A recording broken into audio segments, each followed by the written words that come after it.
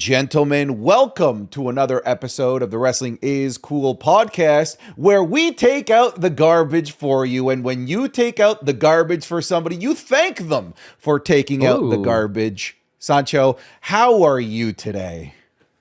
Dog, we live in a post world where GTA 2, the second trailer dropped for GTA 6. Wow. They delay the game. They delay the game for another year. God damn it.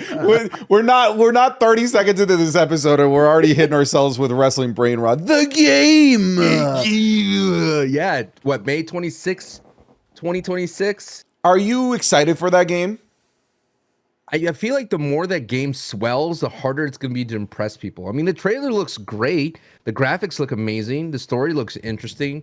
But it's like, it's GTA 6. It's grown, well, GTA in general has grown from like a story-based game into a role-playing server, you know? So my question is, if they capture that vibe, if you could role-play online, I think that's gonna be cool. I mean, they have already talked about that they've got the help of No Pixel and other role-play servers, and they kind of bundled them in, and that's what they're trying to grow. But dude, what's this, 15 years in the making?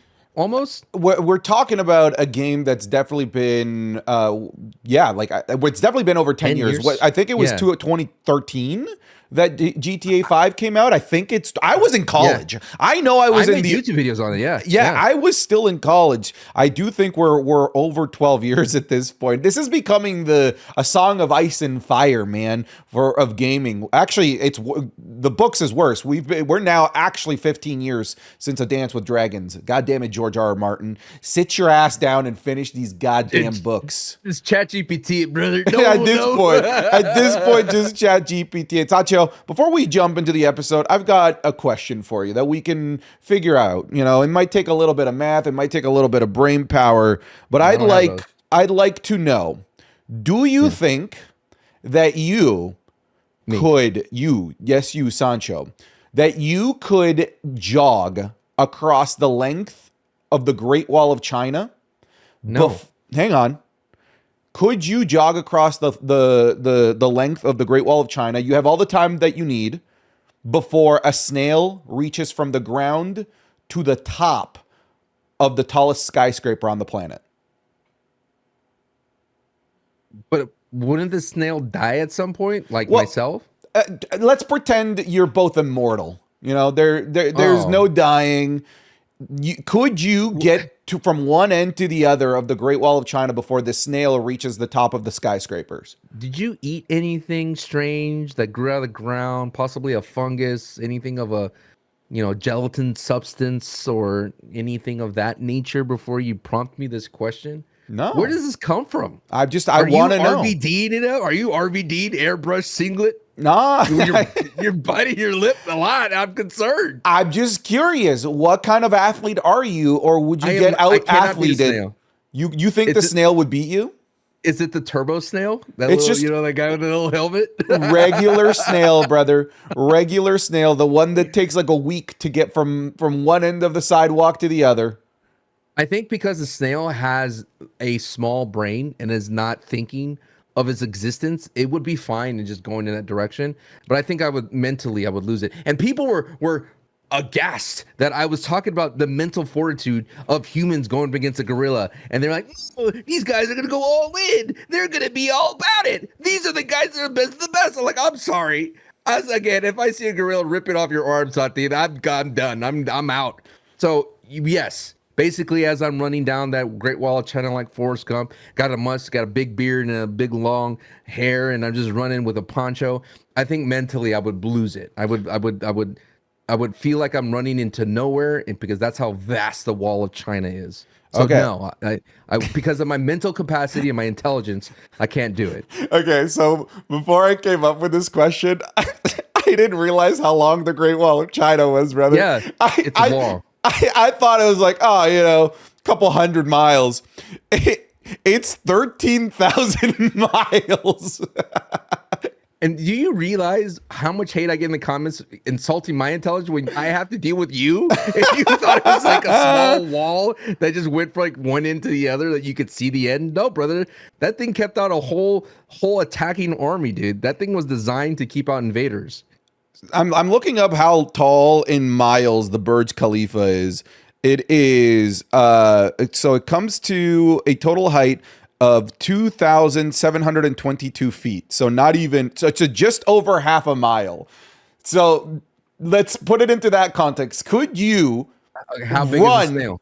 13,000 miles before a snail crawls and slithers half a mile? No. So you're losing to a snail. You suck, bro. You're the type of people we don't need in the gorilla fight. This is your prompt is because you knew I was gonna say no, right? And So- you're like, yeah, you suck. You suck. So, ladies and gentlemen, Sancho is giving up and he is losing to a snail. Ladies and gentlemen, welcome to the Wrestling is Cool podcast, the coolest wrestling podcast on the planet. Wait. I asked Google how much a snail could travel in a day. 25 meters. Okay. Okay. 25 meters. How much is that? And then in how much you said? Okay. So the Burj Khalifa in meters is 830. 830 divided by 25. So it would take a snail 33 days Okay. to go up and down the entire thing. Now, if you're asking me, can I go the Great Wall of China? How many miles is that Great Wall of China? 13,000 miles. Okay, how much can an average human walk a day? Well, you jog. You got to do jog. You're I have jogging. to jog. Yeah, I mean, I you. can't speed walk. I mean, I can't. Are you trying to win? Are you trying to win here? Okay, okay. It says 1 to 5 miles a day. I think I can do 5 miles a day. Oh my God! Come on, no. If guns to your head, Myself. I have to pace myself. Oh, I have to pace myself. I could back up. I totally thought you were saying I have to piss myself. 100%. That's what I thought you were saying there for a second. Listen, okay, if you are running and you know you have to beat this nil or you die, you don't think that you could do more than 5 miles? Come on, give yourself a little bit of credit. You could do more than 5 miles. I gotta put the snail over, brother. I gotta put him over. The snail has to finish the story. You know, dude, the snail's like, it's not gonna work for me, brother. Put him over. I can't be like Gunther. You know what I mean? It just smashed the snail all of a sudden. What prompted you to think of this thought? Were you in a space in a nebulous? No, man, I was just looking up like animals versus human conversations to have because that's what you landed on. That's right what I landed on. That's what I landed on. You versus a snail, and we have learned today at the start of this episode that a snail would beat Sancho. Ladies and gentlemen, welcome to this episode. No, we're moved on. We've moved on. You've lost your opportunity. Welcome to another episode of the Wrestling is Cool podcast. Today. That Sancho is slower than a snail. Slower than a snail. That's you. Unable to run. And have you seen snails? They're not very fast. I know snails. I know snails. Where were we? So you could get this episode 3 days earlier than everywhere else over on patreon.com/SantiZab. Not only will you get this podcast 3 days earlier than everywhere else, but you're also going to get the Raw reviews and Smackdown reviews, which are exclusively available on Patreon, plus 5 weekly match watch-alongs that we do that you get to vote on. Sancho's currently finishing up the Royal Rumble watch-alongs. I just finished the Undertaker watch-along, and we are starting our new one this Sunday, which is every single John Cena WWE World Championship victory. We're going to be watching all 17 right down to Travis Scott coming in to help with 17. Fiend. I had an idea for what I would do after Royal Rumble, and people want me to do Chamber, Money in the Bank, but I kind of want to do an idea of the 86 or the 80, the number of weeks that were Nitro was beating Raw, and just go down that journey of watching Raw and Nitro and seeing like what was happening between that time and call it like the number of weeks. What was it? 86 weeks or something like that? Call 86, 84 weeks. 84. I want to call it that. 84. Does that sound like something like ESPN would do? It would be like a 30 under like 30 for 30 or is that what they're called? Yeah, that'd be kind of cool. 84. If you had the time, I think a cool series would be like if you started both episodes of Raw and Nitro at the same time and you did the channel flipping like people were doing back then. You just kind of went back and forth based on the thing that interested you more and kind of living the life of the somebody that was living in the 90s back then where you couldn't watch both at the same time. It was one or the other. or have both going and then like mute the other. Oh, Yeah. I'm going and then come back to it. Yeah, I That'd be think that'd be cool. interesting. That'd be interesting. And you Be could mad see distracting though, like a picture in picture. it could be picture in picture, or you just minimize one and watch the other, and Yeah. you swap, literally channel surf just like that. That'd be kind of cool. Huh. Something to think about. Something to think about for Oh, your next series. so like while I'm watching it, I'm like, oh, this is boring. What's Yes, happening at the other side? And not exactly what even people knowing what's happening. exactly what people Oh, were doing in the yeah. 90s. So like, oh, this Wow. thing on Nitro is just way more interesting. I just won't flip over to Raw. Right? All right, Yeah, something to think about. but I wish the commercials were baked in. Because when a commercial would happen, I would Right. jump over. That's Or true. maybe when they go to commercial, like, we'll be right back. And then I just go over to the other one for a little while. Maybe you could do And that. pause the other one. Yeah. Good idea. Good idea. Good idea. Good Thank idea. you.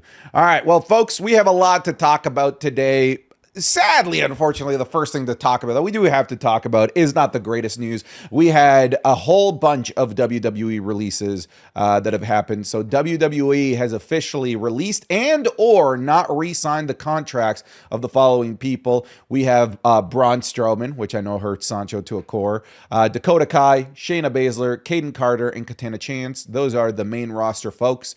Over on NXT, there's Cora Jade, Gigi Dolan, Eddie Thorpe, Jakar Jackson, Riley Osborne, Joe Coffey, Mark Coffey, Wolfgang, Ora Mensa, Javier Bernal, and Danny Palmer. You could also maybe throw in Shotzi in here, but Shotzi was just, I think her contract was just over and she just didn't re-sign with the WWE and or they just didn't offer her a new contract. But yeah, man, this is, it happens every year and every year it always sucks. Every year we are sort of scratching our heads wondering why this person, what happened here. All kinds of conspiracy theories start to bubble over on social medias. But at the end of the day, whether you want to create a conspiracy theory or whatever, these are people that lost their jobs, and that is something anyone and everyone could relate to. That sucks. I've been fired from a job before, literally due to budget cuts. Like that's from a corporate big boy job. Sorry, brother, it's just not gonna work for us, Santi. So then I was like, okay, let me go start a YouTube channel talking about wrestling. Yeah, man, a lot of names that don't really raise too many eyebrows because they weren't really being used. But then some names like Braun Strowman really caught everyone off guard. Everyone off guard. And the rumor mill circulating is that Braun Strowman specifically was released because they believed he was too paid too highly for the amount that they used him. So it's always numbers, man. And I always try to tell people, especially, you know, younger wrestling fans that haven't actually like held a proper corporate job, these companies at the end of the day do not care about employees. They just don't. They care about the bottom line. They care. Your manager might care about you from a personal perspective, but when it's the entity, the company, the numbers, the ones and zeros, all they care about is bottom line and revenue. I've been a victim of it, and we're seeing victims of it now, and it will always suck. It will always not be something that I get used to.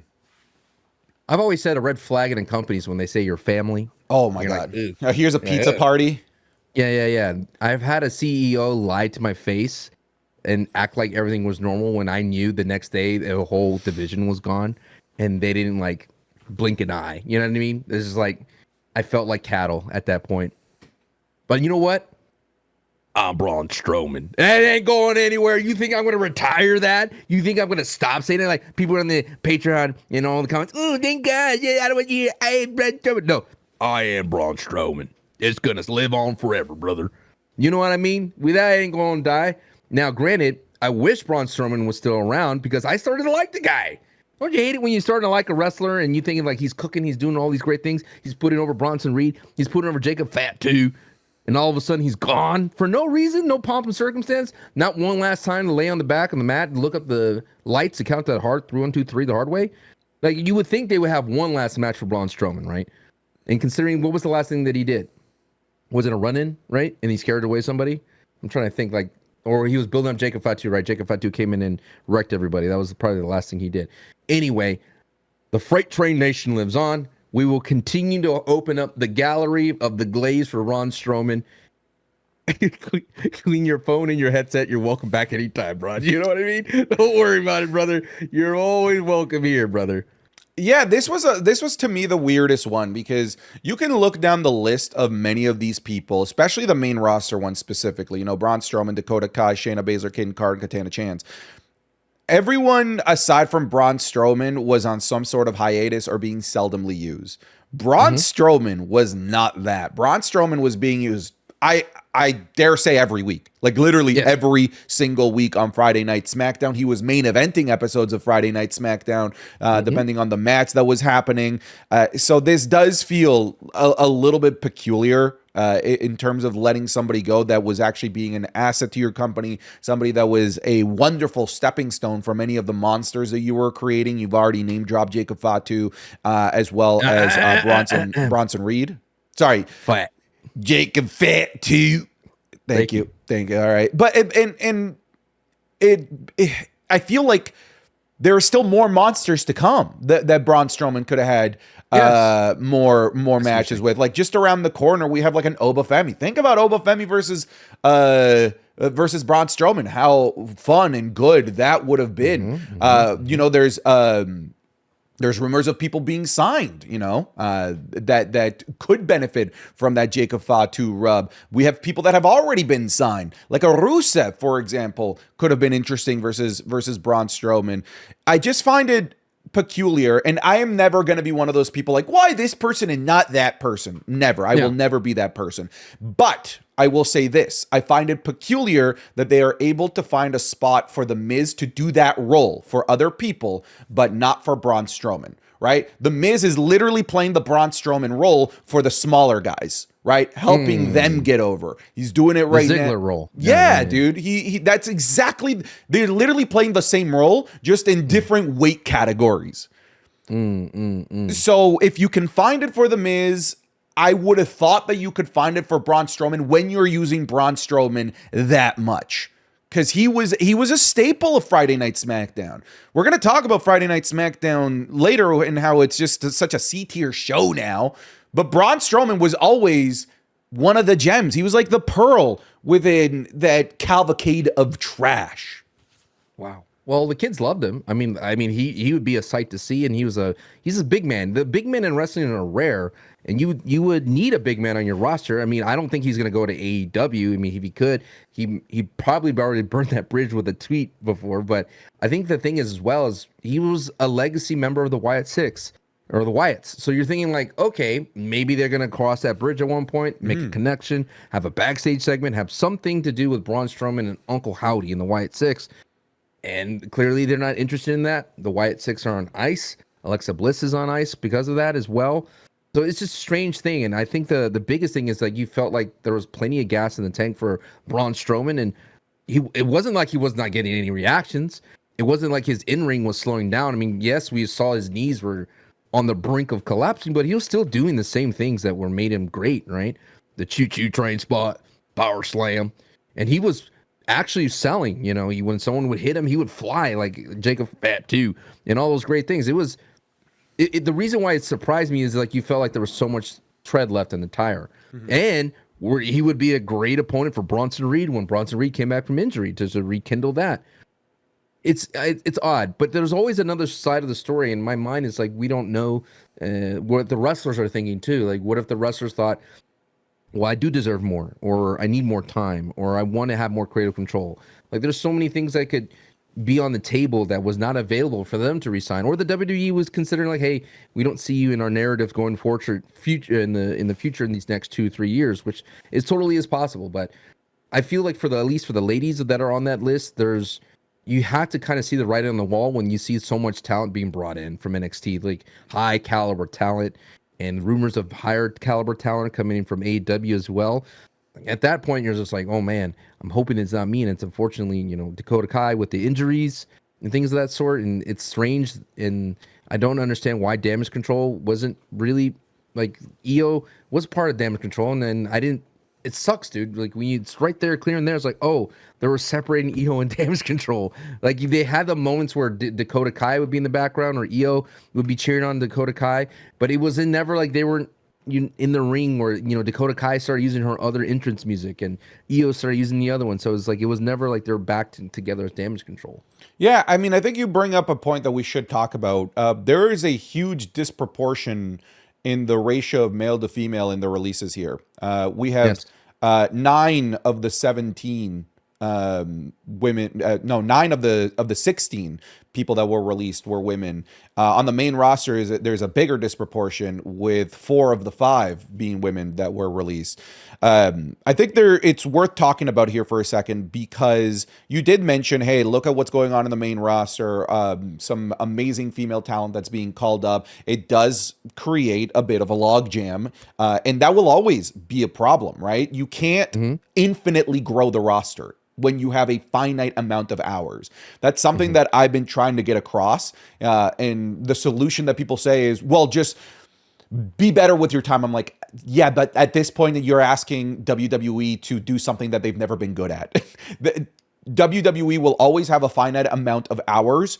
And because of that, you can't have that much redundancy in the roster. Redundancy is important and vital for any business. Any business needs redundancy because if somebody goes down or a machine goes down, you need another one to take its place so that there isn't any lull in the business. But there can be too much redundancy where if you're just having like infinite amounts of people getting called up and go through the NXT system, plus people coming in from other promotions, eventually there will be a bottleneck near the top in a fight for TV time. Something that I already felt was a problem on many of the shows with many people that were on the show that we thought deserved TV time not getting TV time.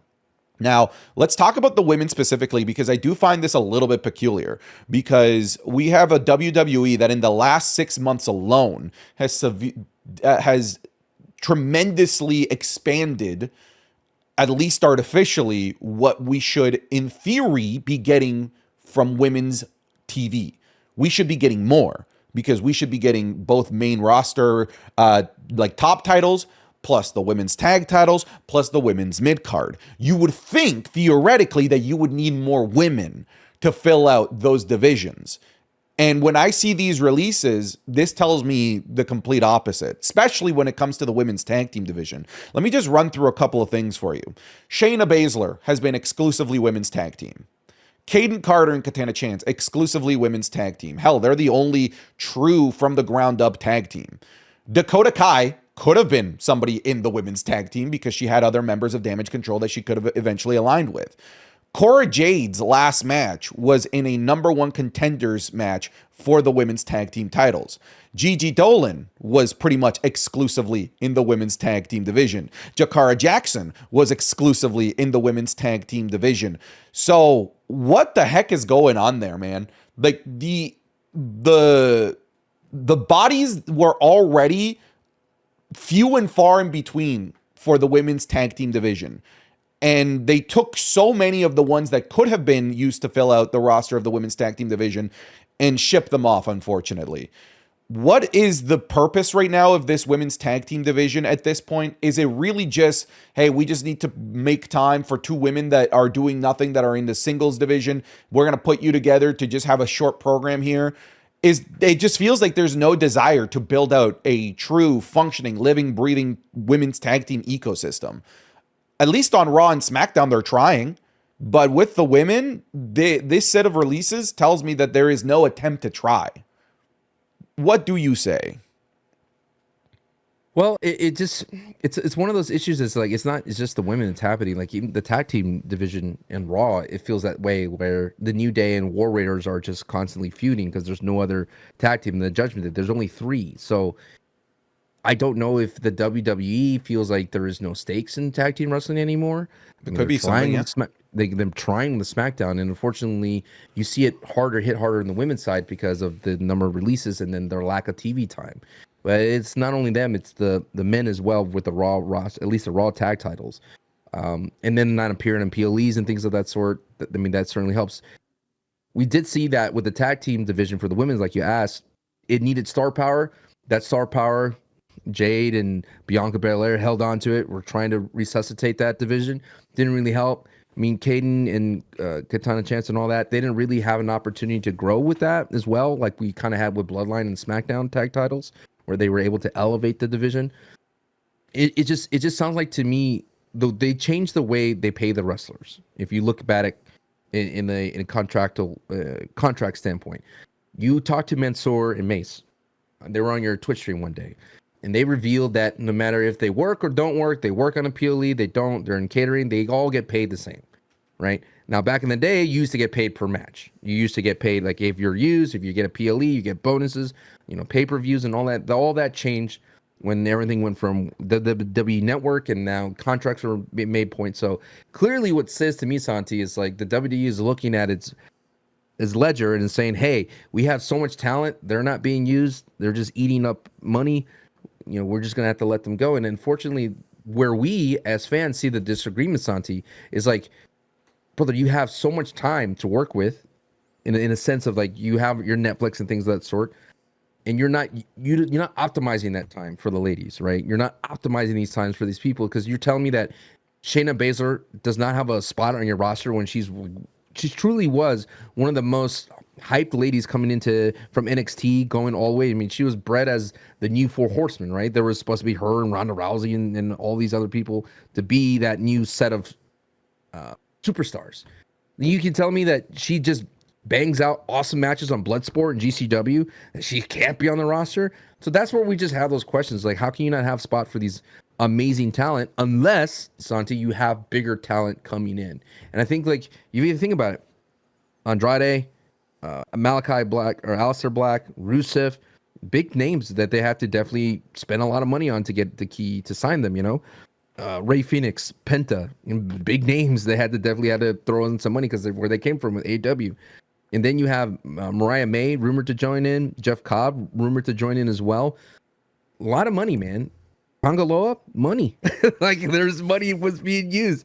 So I think it's just a matter of just like an NFL team, a basketball team, they have big names that they have to sign, and unfortunately that they let go of the names that they have in-house. And I think what sucks is for the Braun Strowmans, for the Shayna Baszlers, is that those more are homegrown talent. We've known them for a long time.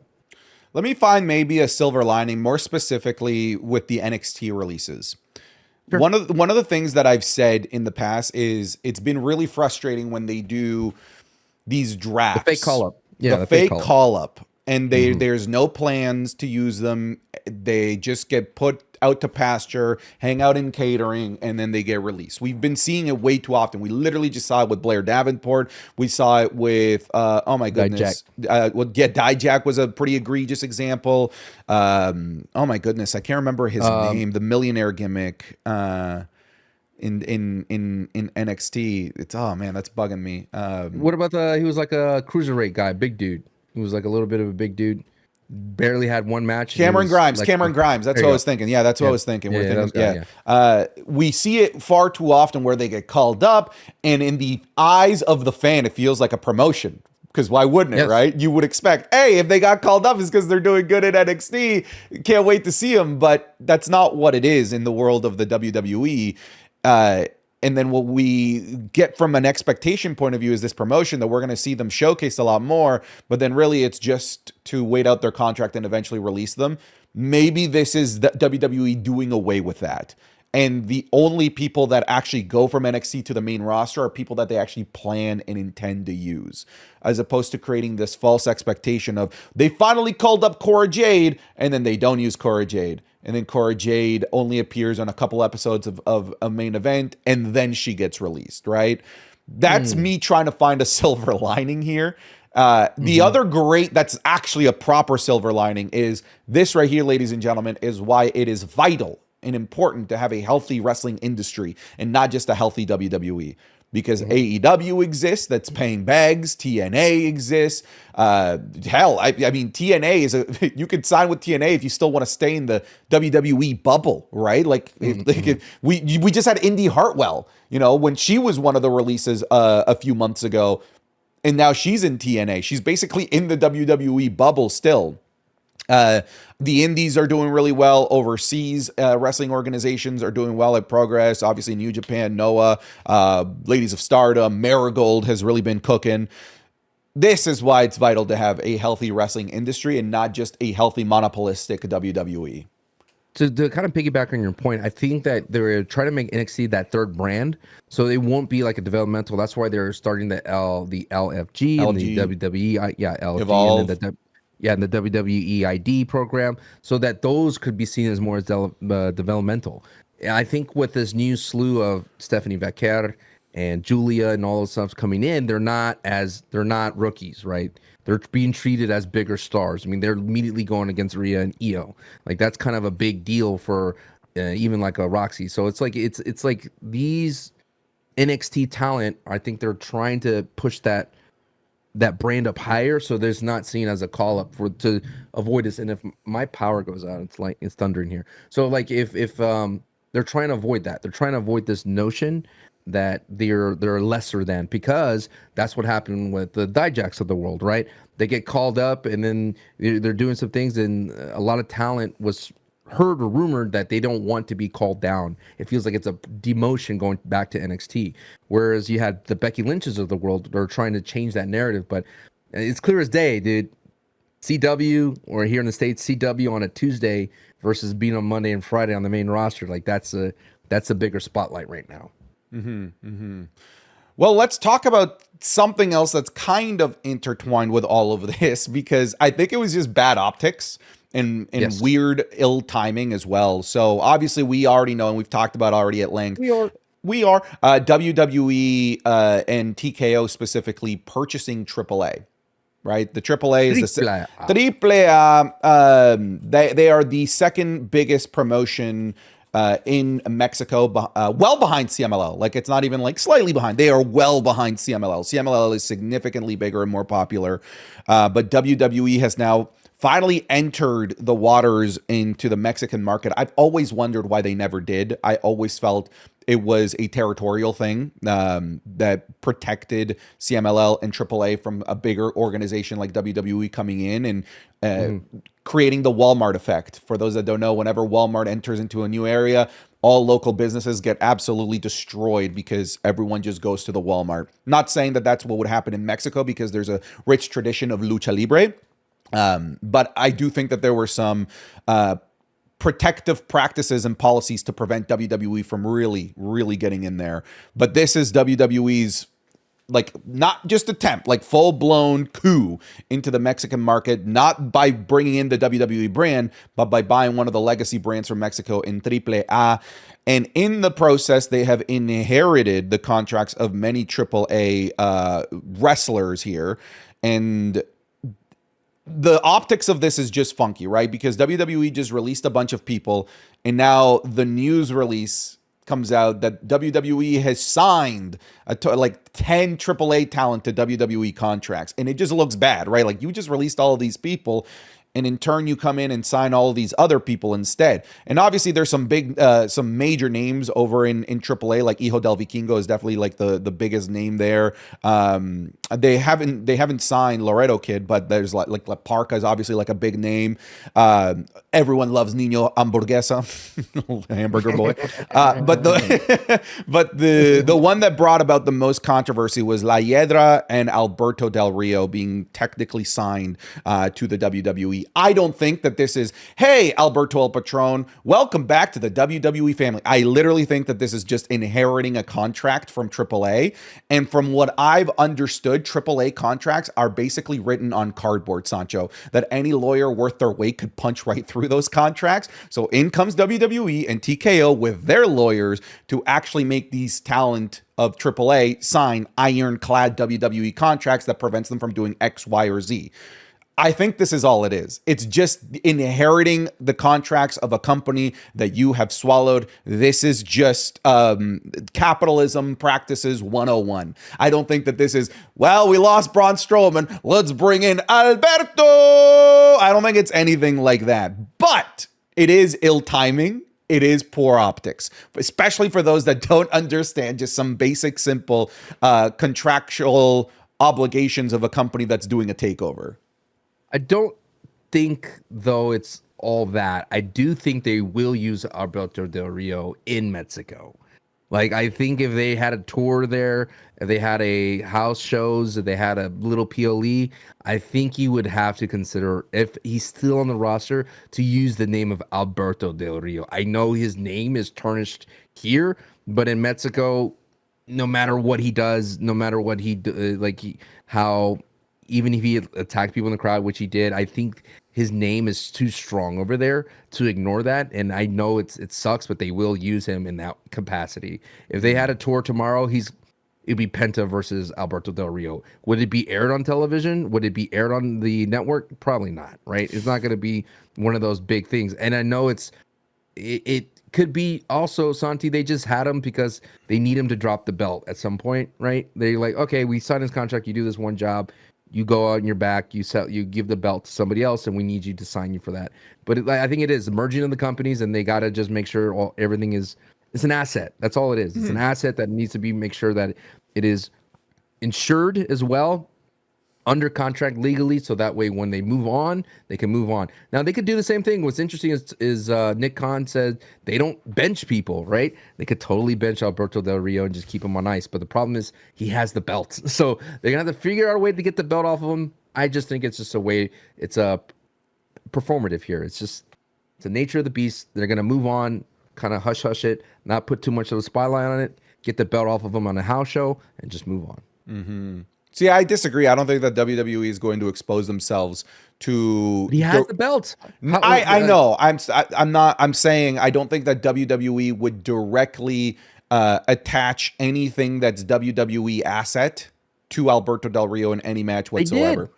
They did by buying the whole company, and he's the champion. I know, but like they could have him drop it to somebody that isn't somebody that's directly. I know it's under the WWE umbrella, but there is a separation here in some capacity, in some way, shape, or form. Like Alberto Del Rio dropping the title to Penta versus Alberto Del Rio dropping the title to Nino Hamburguesa it keeps the conversation purely AAA, purely in Mexico, while keeping the WWE brand specifically away from what could be a PR nightmare that is Alberto Del Rio. Question, just a question here, and I'm on the boat, and I'm in your boat. Alberto Del Rio sucks. Okay, yeah. I want to make that clear to you. He sucks. But if you're the WWE and you're like, well, we purchased them, people already connected the bridge, people online, the cat's out of the bag. What's the worst thing we can do now, right? We could. How much can we dip our toe in this water? Like, are we already getting crap for it? Are we going to get more if we put him in a house show against Penta that's not online, that is just for the people and the Mexican fans? Are we going to get more crap for it than we already are? We would get more crap for it if he was main eventing a PLE Backlash in Mexico City. For sure. That would be like a literally backlash about the entire situation. But it's like how much more can they do, right? Yeah. How much more can they negative PR can they get? I just think that we're thinking about this too much in the short term. I don't think that this roster looks anything at all the same in 5 years. I think that WWE is going to completely WWE-fy this. Like from the ground up, like completely. I think that you're going to have people that WWE say, hey, we want you to go learn the lucha style, go put on a mask, and you're now in AAA. I think that this is going to just become another place that WWE sends people. It could be a place that WWE maybe has maybe up and coming WWE ID talent or just people that they scout in Latin America. Hey, this is where we want you to cut your teeth first before going to NXT. I just don't think that AAA is going to have the soul of AAA within like 2 years. I think these people, the people that are in AAA, I think they're gonna be all gone, brother. I think that they are there because they are assets that were taken over during this merger. But I don't think within 2 years they're gone. Well, I think it was like, as well as like I know you may be going like Santi and Sancho, you're all doom and gloom, but this is what happened, what they call in the business Black Saturday, when Vince McMahon just bought up all the regions and kind of elbowed everybody out using their network and things of the sort that he was building the empire of the WWF and all those kind of things. So it is present. There's precedent. Is that what you're saying? There's it's happened before in the past, and they say time repeats itself.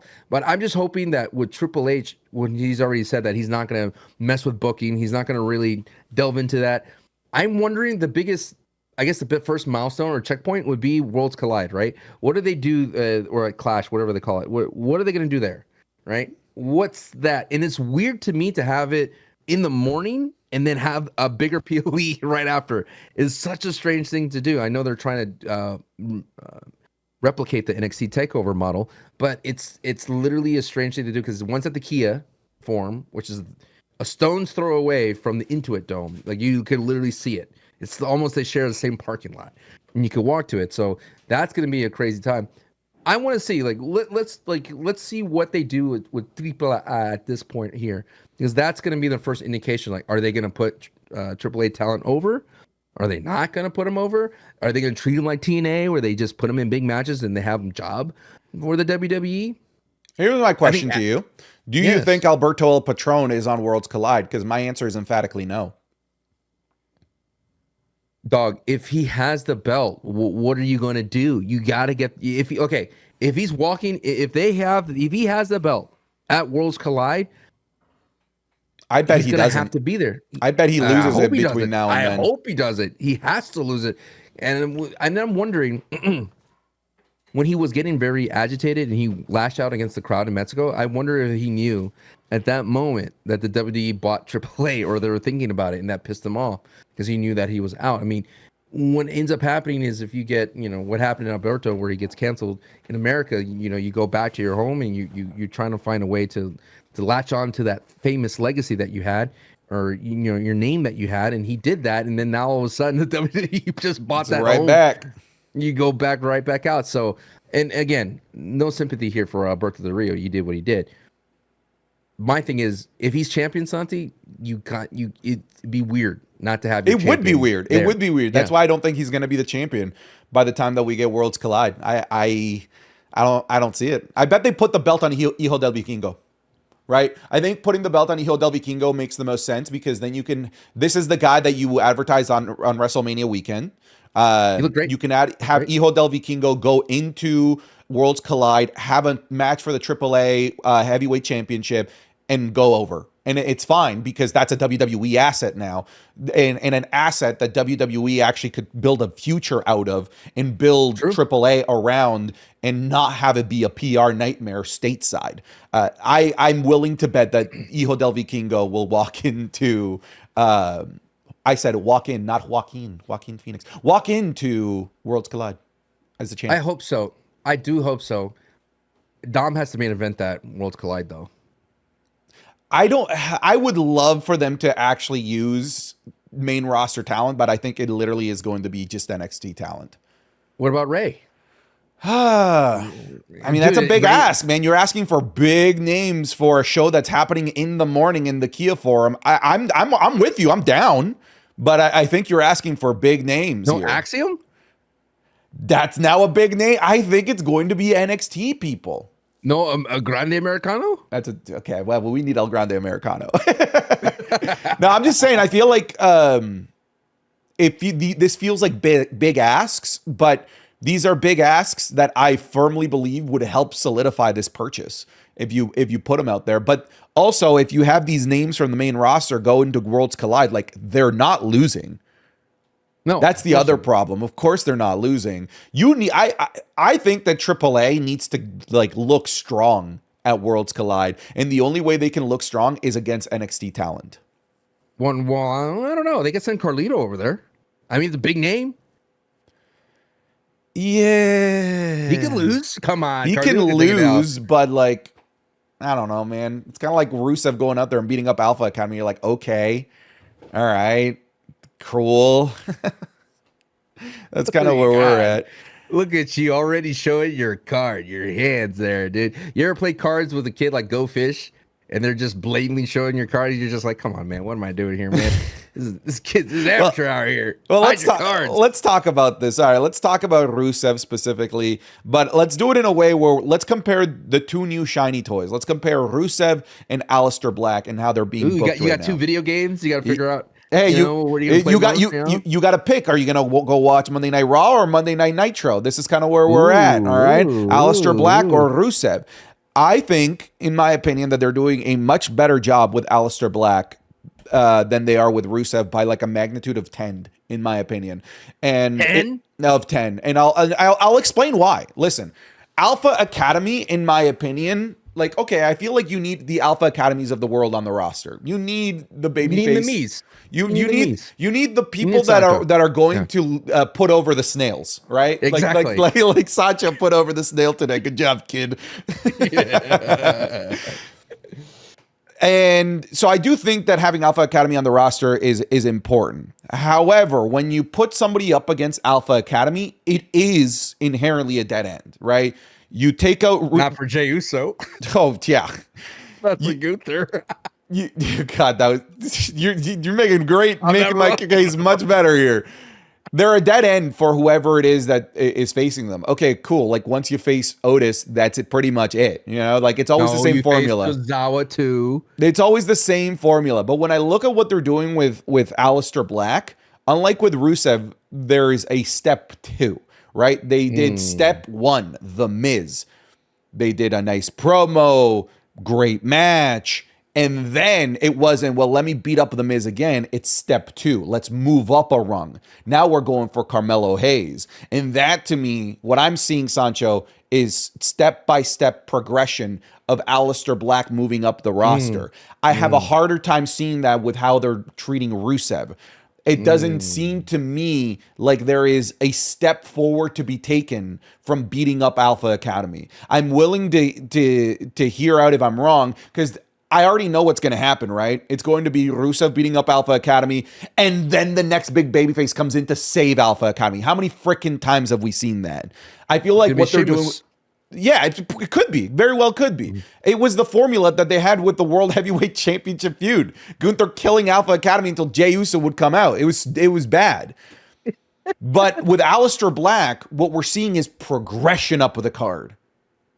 True. With Rusev, we're just seeing a side to side shuffle, not really actually moving up the card by beating up Alpha Academy. I don't know if I'm explaining my words right. I hear you. It's like that's why Braun Strowman's so important for the company, right? It would have been serious. The perfect stepping stone. 100%. Would have been the perfect stepping stone. Okay, let's start with Aleister Black, because I have lots of thoughts on Rusev too. I think Aleister Black, what makes him so unique is that he's so different from everybody else in the roster. He moves differently. His moveset's so different, and the way he does the little things are different. He was like tripping. He was like slapping the Miz in different ways. When he took those Miz kicks, he took it in a different way where he was like, "Are you okay?" Oh, okay, you're right. Oh, you're just missing the greatest impression from Aleister Black from Santi. I thought you were like getting gas or something. Dude, make sure you don't. Oh God. Anyway, yes, I think he looks different. And one of the things is interesting. He's on Smackdown, and that's more of a sports entertainment, more sports vibe versus the entertainment. And he kind of attracts that TKO UFC guy, right? MMA, Muay Thai fighter, looks great, has the tattoos on him. He looked like he could literally walk into UFC octagon and have a match. Like that's the kind of, he looks like if I was playing UFC, the video game, I would make an Aleister Black type of character, right? Strong, striking, the ability to knock out people with black masks. Like that's the kind of vibe I would go. And I could see if I'm like a UFC TKO guy right now, I'm like watching UFC and I'm like, oh, what is this wrestling WWE thing? Oh, this guy was pretty cool. I would see him drawing that type of crowd, right? And at the same time, The Miz is a great person to kind of build off of because he's a former champion and he has a younger person on top of that with Carmelo. And I already see the match already, Santi. You're going to see that little springboard thing that Carmelo Hayes is going to do. Bam! Black mass out of nowhere, out of midair, dude. It's going to be so sick. And that's what I've enjoyed about it. But the tricky thing about Aleister Black is where you're not seeing the pitfall is that if he gets too hokey and if they lean more into that MMA side of him, the better. Like, dare I say, I know the presentation has that aura, but what if they made him look like a UFC fighter, dude? Like give him the trainer and all that kind of stuff and make him feel like he's a prize fighter, like Kevin Owens type of thing. Because eventually, dude, you can't run in from you can't run Why in not? from that. Why not? I love that entrance. I know it's cool, I absolutely love that entrance. Sancho, talk for 2 seconds. Yes. I'm having some audio problems, okay? Okay, and hopefully I'm being heard still, but Santi would tell me. But like I mentioned, like it kind of reminds me of the Gangrels of the world, the Brood, the Undertaker, like the spooky factor. I think there's a lot more in the tank with that UFC vibe. Now let's talk about Rusev. Rusev, I think Santi is being a little too harsh on. The thing about Aleister Black is that Aleister Black's road only goes to the United States title and undisputed. But Rusev Santi, I do feel like his road could lead up to the heavyweight title. Like being on Raw gives him that path. Granted, it's like Oregon Trail. When you pick the farmer versus the banker, you're gonna have a harder start starting with Alpha Academy, right? And it didn't help that he didn't like obliterate Otis, which I was hoping for. He gave Otis some offense, and Otis looked kind of meeting of strength and mind. But the thing that made Rusev is the bicycle kick was insane. That little or the what do you call it? That jumping fan kick that he does was nutty. Like that looked impressive. He looks great in the ring, and his accolade looks stronger than ever. And you haven't seen his strong. Have you seen the second version of the accolade where it's like the Lion Tamer, where it's like a little bit more brutal? No. Oh my God. AEW started doing like a secondary stage of the accolade where it was just like he would like almost pick the person up off the ground type of vibe. Like it was brutal. The point I want to make is I feel that Rusev, being Rusev, he could overcome a lot of pitfalls because he has a bigger legacy as well in the WWE. Like you could literally put him up with John Cena. He could team up with him tomorrow. And that would catapult him much further than Aleister Black because Aleister Black has that pitfall of, ooh, I'm spooky. Let's go ahead and put him in the White Six, or let's go ahead and put him with Karrion Kross. So there's more pitfalls for a character like an Aleister Black than a Rusev. I would agree. I'm just talking purely step ones. Step ones, it's right now. And make your dream come true. I think step one and step two for Aleister Black have been better than they have been for Rusev. That's all I'm saying. What are you talking about, dude? That entrance for Rusev was sick. Okay, come on, dude. But yeah, that was. I think that was the entrance that we were supposed to get day one. I told you he was. Yeah. You were like, no, he used to do that at AEW. He was like, nah, dude. I know a run when you look like you missed a cue. I've done that plenty of times. You know what's interesting though is being someone from theater. I don't know. You came from the sales world. Have you ever had a dream where you're like in a meeting and your name was called upon and you don't have your presentation ready? Oh yeah. As an actor, I had a dream plenty of times where it's like I'm literally preparing for a play that I don't know what's happening. I'm getting dressed and like everything's happening at the same time, or my cue is about to happen, and I'm like freaking out over my lines. And I've heard stories of wrestlers freaking out about their cues and their themes and like what's the finish and things of that sort. I mean, maybe that's what happened to AJ Styles. Hey, I'm just I'm here to warn you. All right, regardless of who wins, I'm coming after that Intercontinental Championship. Hey, Intercontinental. Oh man, I'm so upset at myself. I can't even. That's what he literally said. He goes, oh, "I'm just so choked up about it." And they go, "Yeah, you're old." Like right there, just off of that moment, Dom already won the feud.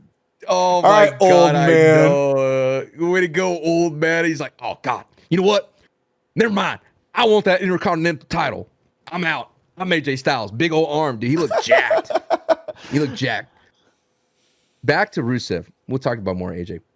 Back to Rusev, I still see greener pastures for him, considering that he is a proven commodity in the WWE versus Aleister Black on the main roster, still a huge question mark. But I see what you're saying. You're excited for more for Aleister. I am. I've been more excited for Aleister. But let's move on to some other stuff here. Let's talk about what's going on the main event scene of Monday Night Raw. We had Jey Uso call out Logan Paul. Instead, we had Paul Heyman come out. Cut out. Fantastic promo from Paul Heyman, looking like he was about to have an aneurysm, explaining to us his reason for the heel turn, that CM Punk put him in an impossible position to choose between his best friend and his tribal chief, and that his tribal chief always hung him out to dry, that he didn't come back to save him. He came back for his Ula Fala. So again, Triple H doing a very great job of booking the justified heel. He's great at that, absolutely. And then we have Seth. He calls his shot for Seth Rollins for that World Heavyweight Championship. Cool. Very cool. But we're going to let you pick the date of your own funeral. You can pick the time and the place. And of course, it was a ruse for Jey Uso to just say, tonight.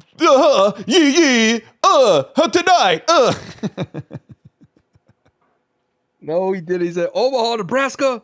help me out. And then he cut a fire promo. Don't No, it make was him good. It sound was like an good. idiot. I know, it was good. It was good. He literally was screaming, and so he's like, 4 letters. He was just screaming And, dude, right in his face. as soon as that match got announced, somebody in my chat said the funniest thing. They're just like, 1 word, 60 letters, disqualification. Because we all knew that match was going to end in a disqualification. Okay, no, listen. I did it. I had a feeling. You never know. Dude. My thought was like, oh, this is obviously going to end in a disqualification. Obvious, like Seth can't take a pin. No way that they have Jey Uso lose. But what they did was they took us through a genuine, amazing match, a roller coaster of emotions, and still got us to the predictable end, so that we didn't walk about saying, oh, WWE is so predictable. Of course they did a disqualification finish. But no, they actually had like great moments, great storytelling, great like close moments where you thought that the impossible was going to happen, while still getting us to the most logical ending, which was a disqualification. Yeah, but what makes that roller coaster work so well is because the idea that I presented is that Jey Uso is beatable. Yes. There's that thing, that little elixir, the lubrication of that thought is amplified because you're like, oh my God, Jey could lose here. And there was those moments that I was telling people, like, you're forgetting, this is Seth freaking Rollins. This dude eats finishers for a living. He eats them for his breakfast. You could hit him with everything underneath the sun. You could do your 5, 6, 7 time rope spear move. You could hit him with his own finisher. He's going to kick out. And when he kicked out, I was like, oh my God, we're in uncharted territory here now, brother. Like, we're in uncharted territory, because it was like, oh, Jey hit the spear to the splash. I'm like, yeah, they ain't gonna put down Seth, and they had it like at 2.99. But the point I wanted to make is, I did not. Yeah, I thought it was gonna be a DQ, but the best part about wrestling is when they're able to just convince you a little bit that it might happen. And like a roller coaster, Santi, when you ride a roller coaster, my friend, where does it end up? Do you know where it's going to go? Like, where it's going to come back to? Comes right back to the beginning. There you go. Mm-hmm. It's not a bad thing. No, it's not. Thing to go to. Do you want the roller coaster just to disappear off the track and go, you just die? But hey, look, no, but there's such thing as lame roller coasters where you still end up in the same place. And I'm like, well, that sucked. I waited in line for that. That was lame as hell. But this was a really, really great roller coaster that brought us right back to as if basically nothing changed. And it was the most predictable outcome, but they did it in such a way where they really manipulated it with our emotions and made us have a great time along the way. And I thought that was fantastic. In fact, I'm so glad that this was Jey Uso's first championship defense instead of Logan Paul, because now we already have a banger match under the resume that is Jey Uso's short championship reign thus far. I think this was brilliant. Did it feel like an Attitude Era? Am I not wrong? It felt like an Attitude Era match to me. It did feel that way, especially with like the interferences, the return of like the big star. It was definitely very Attitude Era-esque. Yeah, like Stone Cold coming out, stunning people. Hell yeah. CM Punk coming out, like Sting coming out with a bat. I think CM Punk needs to have like a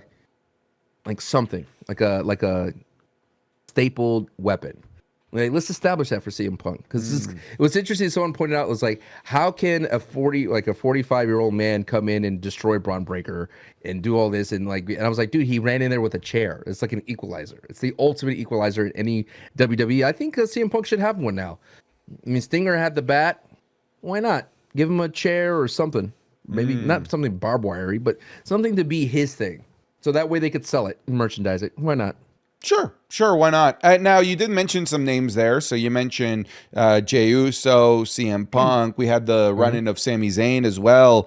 And I guess that puts them up against Braun Breaker and Seth Rollins, but that's an uneven number. That gives us 3v2. And here is my little tinfoil conspiracy theory, okay, Sancho? Safe place? Safe place. I think the plan was always Jey Uso versus Logan Paul at Backlash. And I think that they saw the reception of this match was not positive, was not where they wanted it to be.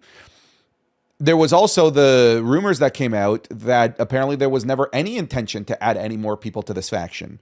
And I think that they also saw the fans' conversation about who's the third man.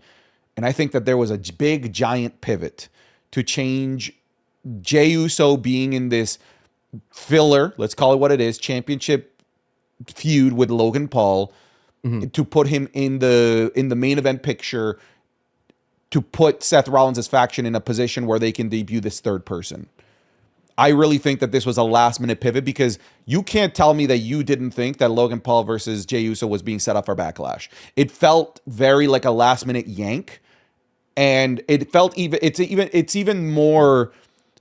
looks even more last minute when you look at the fact that they just threw in Penta versus Dominic with like almost no build. They're just like, we still want to have a 5-match card, so here you go. Because Penta getting that championship opportunity makes literally no sense. He lost the championship match at WrestleMania. He lost the night after WrestleMania to Dominic Mysterio. Then he beats JD McDonough, and that's good enough for a Backlash PLE match. My ribs. I don't think so. I feel like they added that match for the sake of making sure that the PLE still had 5 matches, but I really think that they last minute yanked Jey Uso versus Logan Paul for the further development of the Seth Rollins faction. Can I make you more believing that? Like, can I add to your flame there? Go ahead. Go ahead. I think as well is, if you looked at it, because I agree with you. I tweeted about it. Who's the third man? I got 500,000 impressions, views on my little lonely account. If you want to follow me at X Sancho West. But you got to look at it as well. I think like the big thing, the Jey Uso thing and Logan Paul. I mean, they still did something at the end though, off air, which was strange. Mm-hmm. I don't know. The third man's interesting though. Here's the thing. Last time they did something major off air was after Bad Blood, right? Kevin Owens attacking Cody Rhodes, and they didn't pay that off for about a month and a half, because Bad Blood was at the start of October. They went through all of October. They went through all of November, because then it was like Crown Jewel and then Survivor Series. And then they finally paid it off in their first match at Saturday Night's Main Event. I'm starting to think that they're pushing Logan Paul and Jey Uso somewhere further down the line, like maybe a Night of Champions match, the show that just got recently confirmed in Saudi Arabia later in June. Well, you don't think so you're saying they're not going to do Jey Uso and Logan at Backlash? I don't think so. I mean, why would Logan attack them then? I see what you're saying. To keep the feud going, and then you could say, well, now they could add it to Backlash, but then I would rebuttal and say, then why would they just randomly add that Intercontinental Championship match? That IC match is what tells me that they're stat padding. Hey, we lost a match, we got to put something else in there. Huh. Do you think Logan and Jay imploded the internet so hard and made the WWE pivot so hard, they just did not even maybe but I think more than anything, what could have moved mountains more was WWE's eyes opening at the idea of a third member. I like that as well. Okay, now I remember what I was saying, because I kind of blanked out. To add to your conspiracy theory, that match was not shot well. And now you may be saying, like, Sancho, mistakes happen, but usually the WWE production's on point. They don't miss stuff. And what did they miss in that main event? They missed the Braun Breaker, almost of him pulling them down, right? And Jay kind of messed that up a little bit, but they missed the biggest spot, and that was Braun Breaker spearing Jey Uso. And then throwing him back into the ring. Right. And they kind of like cut here and they went back and then they had to do it in the replay. And typically that production team is on point, dude. They get everything in frame.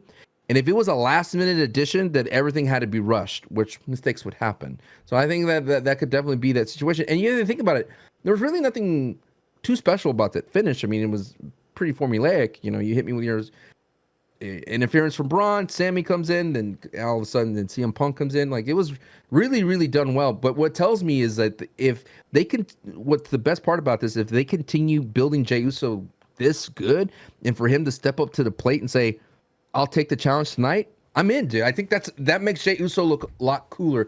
And the way he fired back at Paul Heyman, like main event Jey Uso Penitentiary. Now we're heading somewhere. We're heading somewhere different with Jey Uso. Mm-hmm.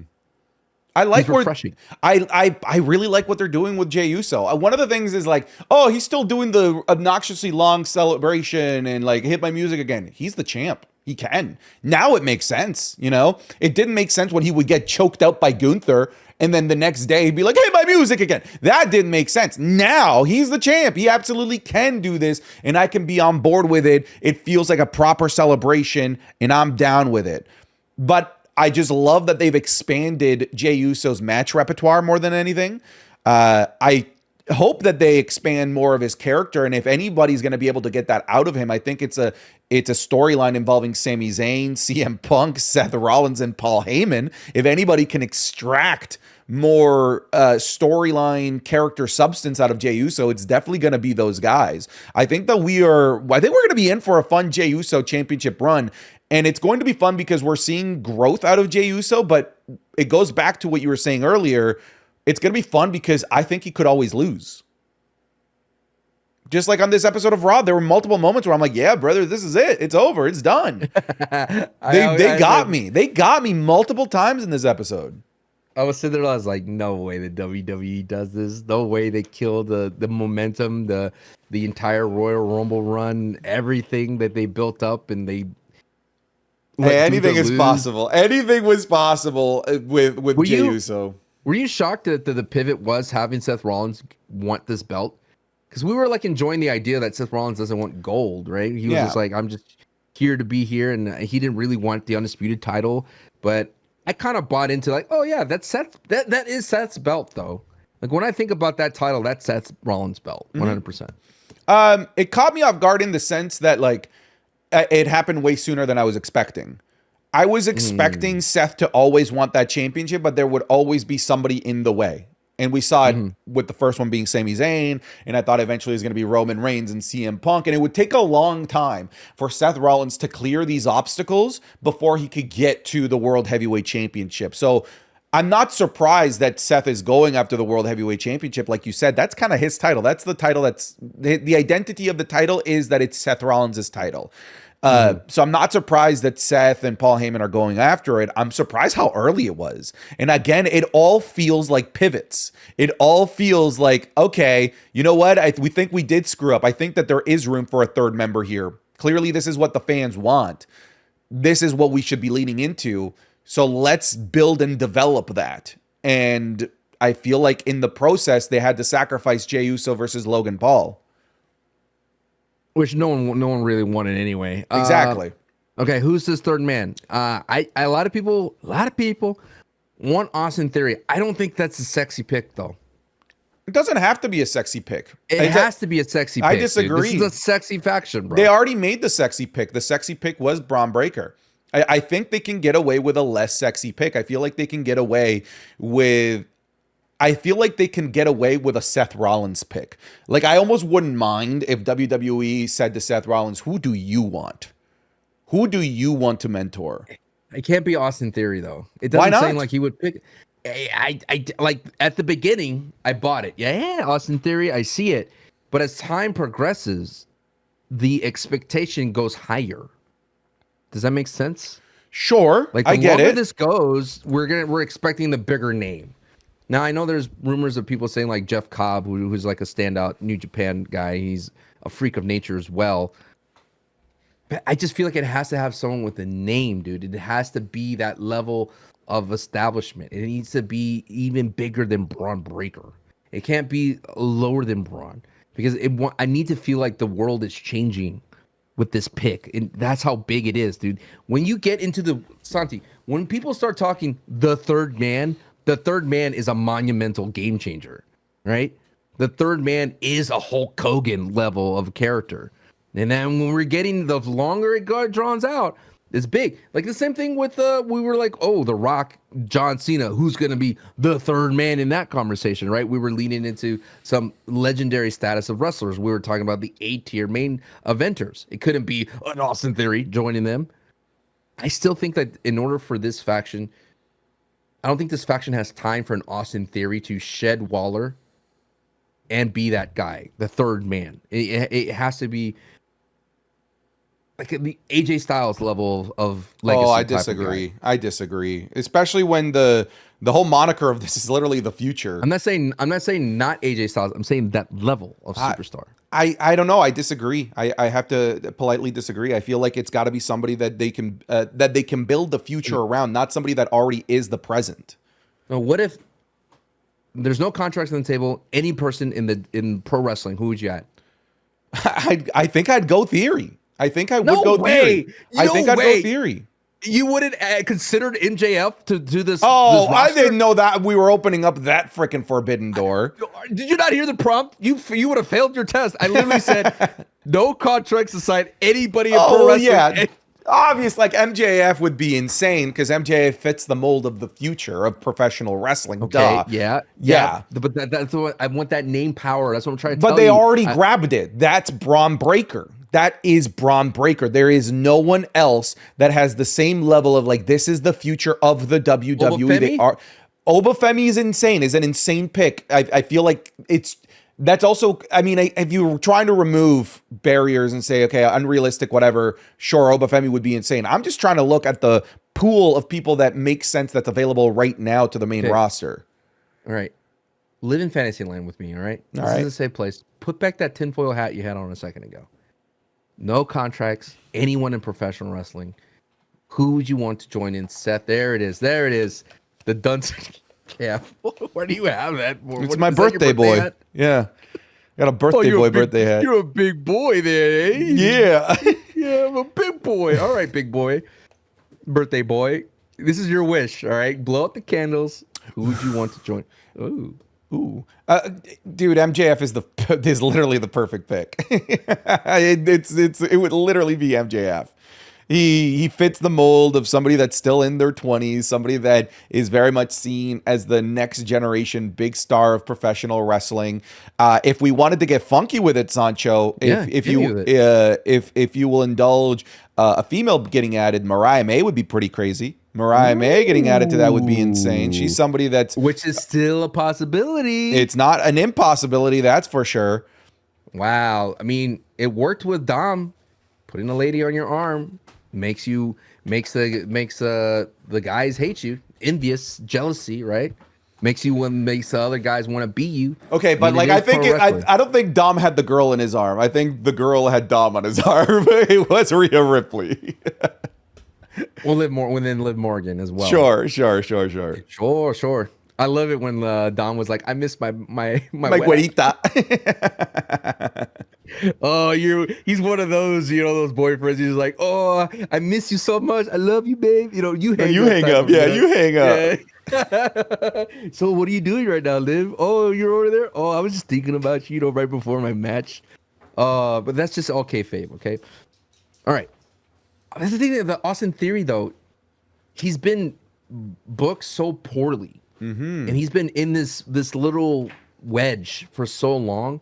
I think the feat of flipping that over doesn't hit as a big splash as you were hoping for. All I'm saying is that Randy Orton was a cookie cutter, shaking hands babyface, where his finisher was a top rope crossbody, and Batista was a guy going around collecting Reverend Devon's church offerings. All right, you can pull a trigger at any moment and put a jetpack on somebody and make it worth our while. With Austin Theory, at the very least, look, by the way, I'm not married to it having to be Austin Theory. I just think I think it's the best available option. I just think it's a bit of a coincidence, a coinky-dink, that all of the sudden, now that the conversation of the third man has arisen, that all of a sudden, the breakup of A-Town Down Under has been revived as a storyline. Seems a little bit too well timed.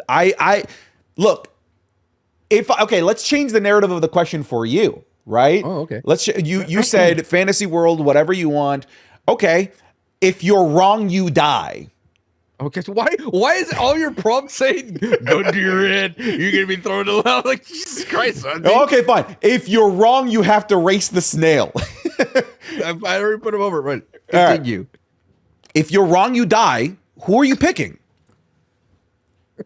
Would you not think that Theory is the most logical pick at the moment? Well, okay, that's excluding the Sami Zayn turn. If you're wrong, you die. That's all I've put there. That's all the parameters I've put there. You want me to predict right now the WWE's choice as the third man. And if you're wrong, you die. That's it. That's all I'm saying. This isn't like Sami a pie Zayn. In the sky. It's Sami Zayn. Wow, crazy. You're dead, brother. You're dead, brother. It's over for you, brother. You're gonna be over here, your Alistair Black, and over here like, Mrrr. Dog, if I go, I want that to be my casket where I at least go. And then go back down. I would With want pyro. I would want that. Pyro's a great idea. A little PA playing, saying, "Make sure to like and subscribe." Wouldn't that be cool? Live streaming your funeral? No. Pyro. That'd be a sick way to go, dude. You'd like a. Oh, I'm sorry. Pyro is somehow less gross than live streaming. Okay, it definitely is. Pyro's a celebration, dude. It So definitely it's is. kind of sick, dude. Dude, I don't know, man. At my funeral, I'm gonna turn on text to speech. All right, that's what we're doing. I want my viewers to give me their eulogy. It's probably all gonna be like wah wah wah wah wah. No, it's probably gonna be like he never oiled up. Now he's dead. Oh man. You're gonna have people. If you listen to me, if you don't oil up now, Santi, I am begging you, consider this. If you don't oil up now, people are gonna put baby bottles on your grave, brother. They're gonna do that. You need to put it to bed. Dude, Before in Medellin, in Pablo's grave, there's always like a little tequila, alcohol. Yeah. I don't want to say the name of the drugs because I don't want to get this demonetized. But there's all kinds of snow stuff on his grave of idiots going out there to pay their respects for a guy that did awful things, morons. But for me, I welcome the baby oil. You know what? If you want to come pay your respects, that's fine. That's all right. It's unique. Okay, look.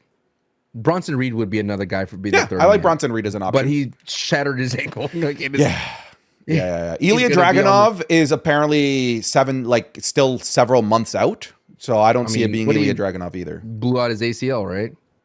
Or Achilles. Was it Achilles? Achilles tear? Something like that? Wait, I'm not a Ilya? medical doctor. Yeah. No, I think he just ruptured his ACL. I think it was the same injury as Charlotte. Oofers. So, okay, my pick is Sami Zayn. Hopefully, I survive. And your pick is Austin Theory. Is it the same prompt for you? If you're wrong, you're dead? Yeah. Okay. I would pick Austin Theory. Okay. If I'm wrong, I arm wrestle the snail. I just think he's just not sexy enough. Dude, I don't think I would put over the snail. I think you I wouldn't. I know you wouldn't. You wouldn't put over a child if you had an opportunity. Nope, never. You would be in that tag team match at WrestleMania with Braun Strowman against the kid. You would tombstone pile drive the kid instantly. I would bunt him Randy Orton style. Instantly.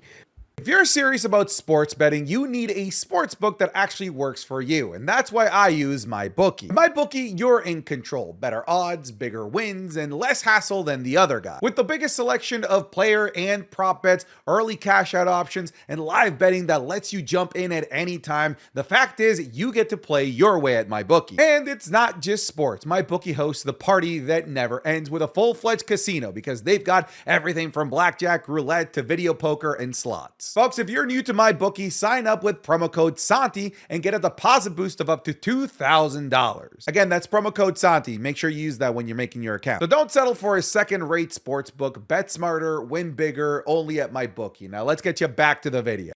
Can we talk about the state of Babyfaces? Yeah, let's go. Okay. Yeah. Take the floor. All right, let me take this floor here, folks. In the wrestling school community, every now and then I have questions. You know, Sancho has questions that lead to bigger problems, apparently, and to backlash, which is where we're heading. My question is the state of the Babyfaces. I want to look at the roster and just talk about how these Babyfaces are booked and how they're presented in the Triple H world. I would say fully now we're in Triple H's arena more than ever. You know, there is some people that are still legacy in Vince McMahon, and clearly, you know, we talked about one of the biggest legacy members of that era, Austin Theory, not being booked well. And hopefully he does get a kind of like a, lifeline here, a second chance with the third man being Seth Rollins' faction. So I'm going to go down the roster, and we're just going to talk about how these babyfaces are being presented, how they're being booked, and I don't know, we could give a grade or not, but it's just an exercise I want to walk through down to let you know that there is something brewing with Triple H's booking, and you could take it as good or bad. AJ Styles. How is AJ Styles being booked right now? He is a veteran, comes in, leans on his legacy, which most veteran at this age does, and goes in for the save, right? Nothing really too wild and crazy for babyface AJ Styles, who shot himself in the foot with a bad promo against Dom and immediately looked stupid on his own fault, nothing to do with booking, which sucks for AJ Styles. Tozawa, fodder, right? First line defense, out instantly. There's people on the roster that you need to understand are used in this way to be stepping stones. Tozawa's a great stepping stone. Tozawa could step up to the plate. He could sell. Great role in the roster. Looking down to it, Bayley. Now, this is the interesting thing about Bayley is that, and I wanted to talk about this during the releases, when Karrion Kross cut that promo, he's like, when you're a good soldier in the company, you're the first to leave. You're first to get cut. Your time gets cut. Your ideas get taken. Your ideas get suppressed. You get off a WrestleMania card in your hometown. Bayley is one of those things where she did the job. She got out, gave room for Becky. But Bayley as a face wasn't winning, was losing a lot, lost to Liv Morgan, was with Lyra Valkyria, and then got injured by Becky Lynch. Are they trying to build up sympathy with Bayley in the booking wise by getting her off the roster so that when she comes back, she has some momentum like a Jade Cargill?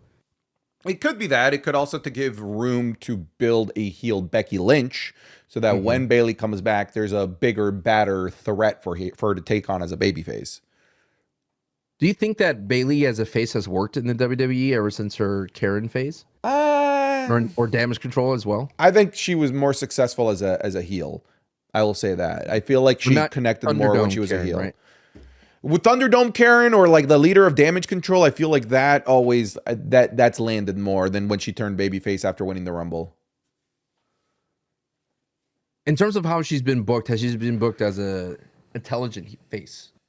I feel like she's always a snarky face, right? She's a snarky face. She would, come in, cut a promo, and say some snarky things. But I think Nia Jax labeling her as BBL Bayley, kind of insane. That's crazy, right? That's a crazy work. All right. My question for you is that if you feel that is Bayley one of those faces that I don't know.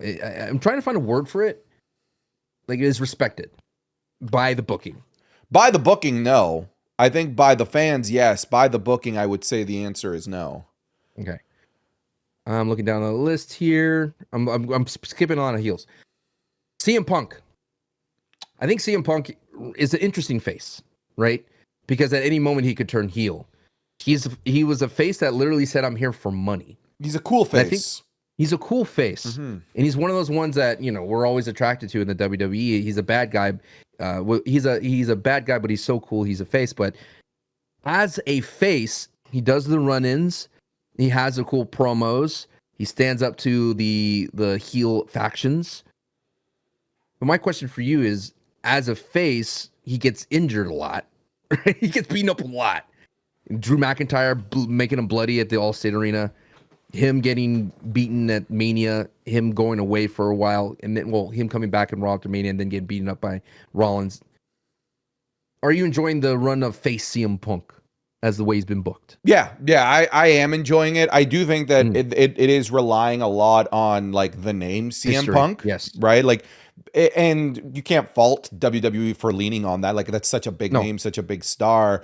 But I like the way that he's being booked as a babyface. Whenever he's out there, I think that's when the crowd is the most excited. That's when the show feels the most important. So that in its own to me demonstrates that I think he's being booked very well as a babyface. I'm glad he's no longer doing the what a wonderful day and blah blah blah blah blah blah. He got very formulaic for a bit. He not necessarily phoned it in, but he followed a formula for himself that was not CM Punk. What makes CM Punk is the ability to go off the cuff. And when he did that great promo about I'm not supposed to be here, or I almost died at this, and I'm a hardworking guy, you're a hardworking guy. I think that is his wheelhouse, the everyday man, the almost Dusty Rhodes.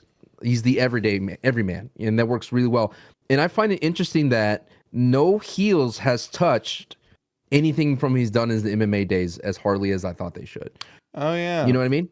Drew did a little bit, but not a little bit. Didn't really lean into it. It's almost like it's classified information, like the Logan Paul Japan stuff. You can't use it. Dragon Lee. LWO Vortex. Right? That's literally it. That's the booking, the LWO Vortex. The LWO Vortex. I think what hurts Dragon Lee the most and that he can't get over is him missing Manias back to back. Yeah, That dude. really hurts him, dude. Ray's a scumbag. Really hurts him. All right, we have Ivar. Well, let's just talk I about remember Viking Raiders in general. Okay, Viking Raiders, yeah, but I'm talking about like because when I think about Ivar, I remember he had that great singles run. Remember? Yeah, yeah, And he yeah, was yeah. just cooking, dude, and you could rely on Ivar to put a major awesome match and to hit someone with a doom salt. Yeah, that was What went sick. wrong with Ivar, dude? Was it him going Eric back to the returned. tag team? Yeah, I think that Yeah. was it. Him getting injured and then just getting put into the tag team division, which doesn't really change who Ivar is. What just changes is that now he went to a division that WWE doesn't give a damn about, the tag team Yeah. division. It's all the booking when it comes to Ivar and Eric. True. And at the same time, it's the same thing as the Alpha Academy jail. That's another tag team in that division that we rarely talk about, by the way. That's a tag team in the Raw division is Alpha Academy. That's the only people you can run in to help. I still do believe that the War Raiders gimmick has its limitations. It really does. And I know they're giving them vignettes and things like that, but I feel that it hasn't connected as much as they should. They still feel like a old school 90s tag team, like an 80s like golden age tag team. Like if these guys were natural disasters type, if they were going up against Legion of Doom, they would do great. But I feel like they don't fit fully into this current roster, or at least they're not being booked that way. And it did not help at Mania. Like you nailed it. They came out LARPing. It did not help. It's, for example, for me, when I get a sponsorship, there are times where I take one where I'm like, I need the cash here, right? And I need to keep my name out there. And I think Ivar and Eric, they were like, well, it's a Mania spot. Why not? It's a Mania spot. I don't blame them for taking it. I don't blame them. Io Sky. Now here's one I think that Triple H has done really well. I think Io Sky has gone from a place where she was considered to be the internet's favorite to now she's definitely the arena's favorite. Does that make sense? 100%. The Triple H loves to talk about this idea that there's two different fandoms in the wrestling community, but yeah, now that's getting over and people are doing it in the crowd. I find it fantastic that Io, even though the build for Mania was not that great and they did it in such a basic way, they were able to make Io kind of elevate herself to a whole different level. That's something I said throughout that feud. I'm like, this is a feud that's keeping Rhea and Bianca in the same superstar space, but they are in the process helping elevate Io Sky.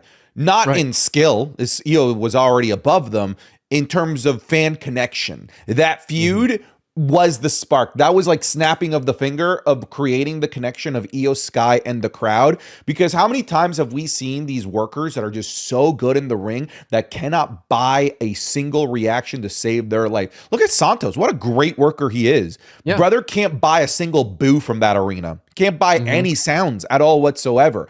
Io Sky, luckily, thank goodness, has been able to pivot away from that. And she was already getting reactions. She wasn't at the like Alexa Santos Escobar level, but this feud with Rhea and Bianca got her to fully connect with the crowd. And then now adding on top of that the Stephanie and Vaquer match, that was great too. And I think again, a big thing that I feel that the Triple H babyfaces have yet to utilize more is the idea of like, yeah, dude, I'm down. Let's fight. I'm here. I'm ready to go. I got my ring gear. Let's get it down. And I think like with Io Sky, that worked really well for her. That pushed her to that new level of like she's down to fight anybody. She doesn't care. Which I wish they kind of did at Mania a little bit more. Like, they tried to, but Adam Pearce put her in that. They overcomplicated. It should have been like you. I want both of you. Oh, it's cool when she does it, but when Santi does it, it's stupid. As long as you don't look left and right when you do that, all right? Just keep your head looking forward, big guy. JD McDonough. I'm gonna put this one out there. As a babyface? I smell a face turn a little bit there, dude. I know, but that's not what we're talking about here. I know it's not what we're saying, but I'm putting it down as a sticker. Put a little sticker on that guy. All right, Jey Uso. It's Jey Uso's interesting. It is because he went. I think what it was, Santi, is now we take a step back and now we're looking at how it's been done. It was just throwing everything that you think at the wall, and it's whatever sticks. They gave him that crowd entrance, stuck. They let him win at Royal Rumble. They gave him everything underneath the sun, and a lot of it didn't. What didn't stick was the Alpha Academy stuff, him botching in terms of like I'm a mess, I'm blundering. And what's interesting though is when the moment where he locked in the headlock on Seth Rollins, I was like, oh my god, is Seth Rollins gonna tap? Like it's stuck, right? Even though we didn't like it at Mania, it's clear to me that the WWE is finding success with Jey Uso. And we talked about in this pod that I'm starting to like what they're doing with Jey Uso. And if Jey Uso would lean more into his aggressive side and lean into the literally it's four letters, one word. Like that's starting to work, right? That's starting to work. I'm surprised he didn't do it more and more before that. But hey, man, I think they found something with Jey Uso here, especially when Seth Rollins and Paul Heyman got involved. Okay, I'll say this. I think they found something for Jey Uso that now everyone could find something to like. Because before it was so catered to like, let's create a party atmosphere. Let's cater to. It's not as bad as No Way Jose or Adam No, Rose. No. For a second, it was a lot of that. For a second, it really was what the internet said, which was all he is just a word in an entrance. But I felt like it kept building on and more and more and more. And now I think we have not just somebody that has a fun entrance and a fun catchphrase that the in-ring arena can play along with. I think now we're slowly developing a more complex character that now those watching at home can join in on the fun. Because we've always, as so many people have said, like, okay, that's cool, but like me watching at home when he does let's do it again, I don't connect with that because I'm not in the crowd. I'm not the one having fun. That's not for me. That's for the people in the crowd. That's for the people that paid. But I feel like now with the expansion of his moveset, number one, and his character, number two, now the people at home can more enjoy and relate to Jey Uso as opposed to just hoping that the entrance is so captivating through the TV screen. I find it interesting as well as like we're talked about babyface booking, but we're not also talking about the machine of the WWE outside of the ring.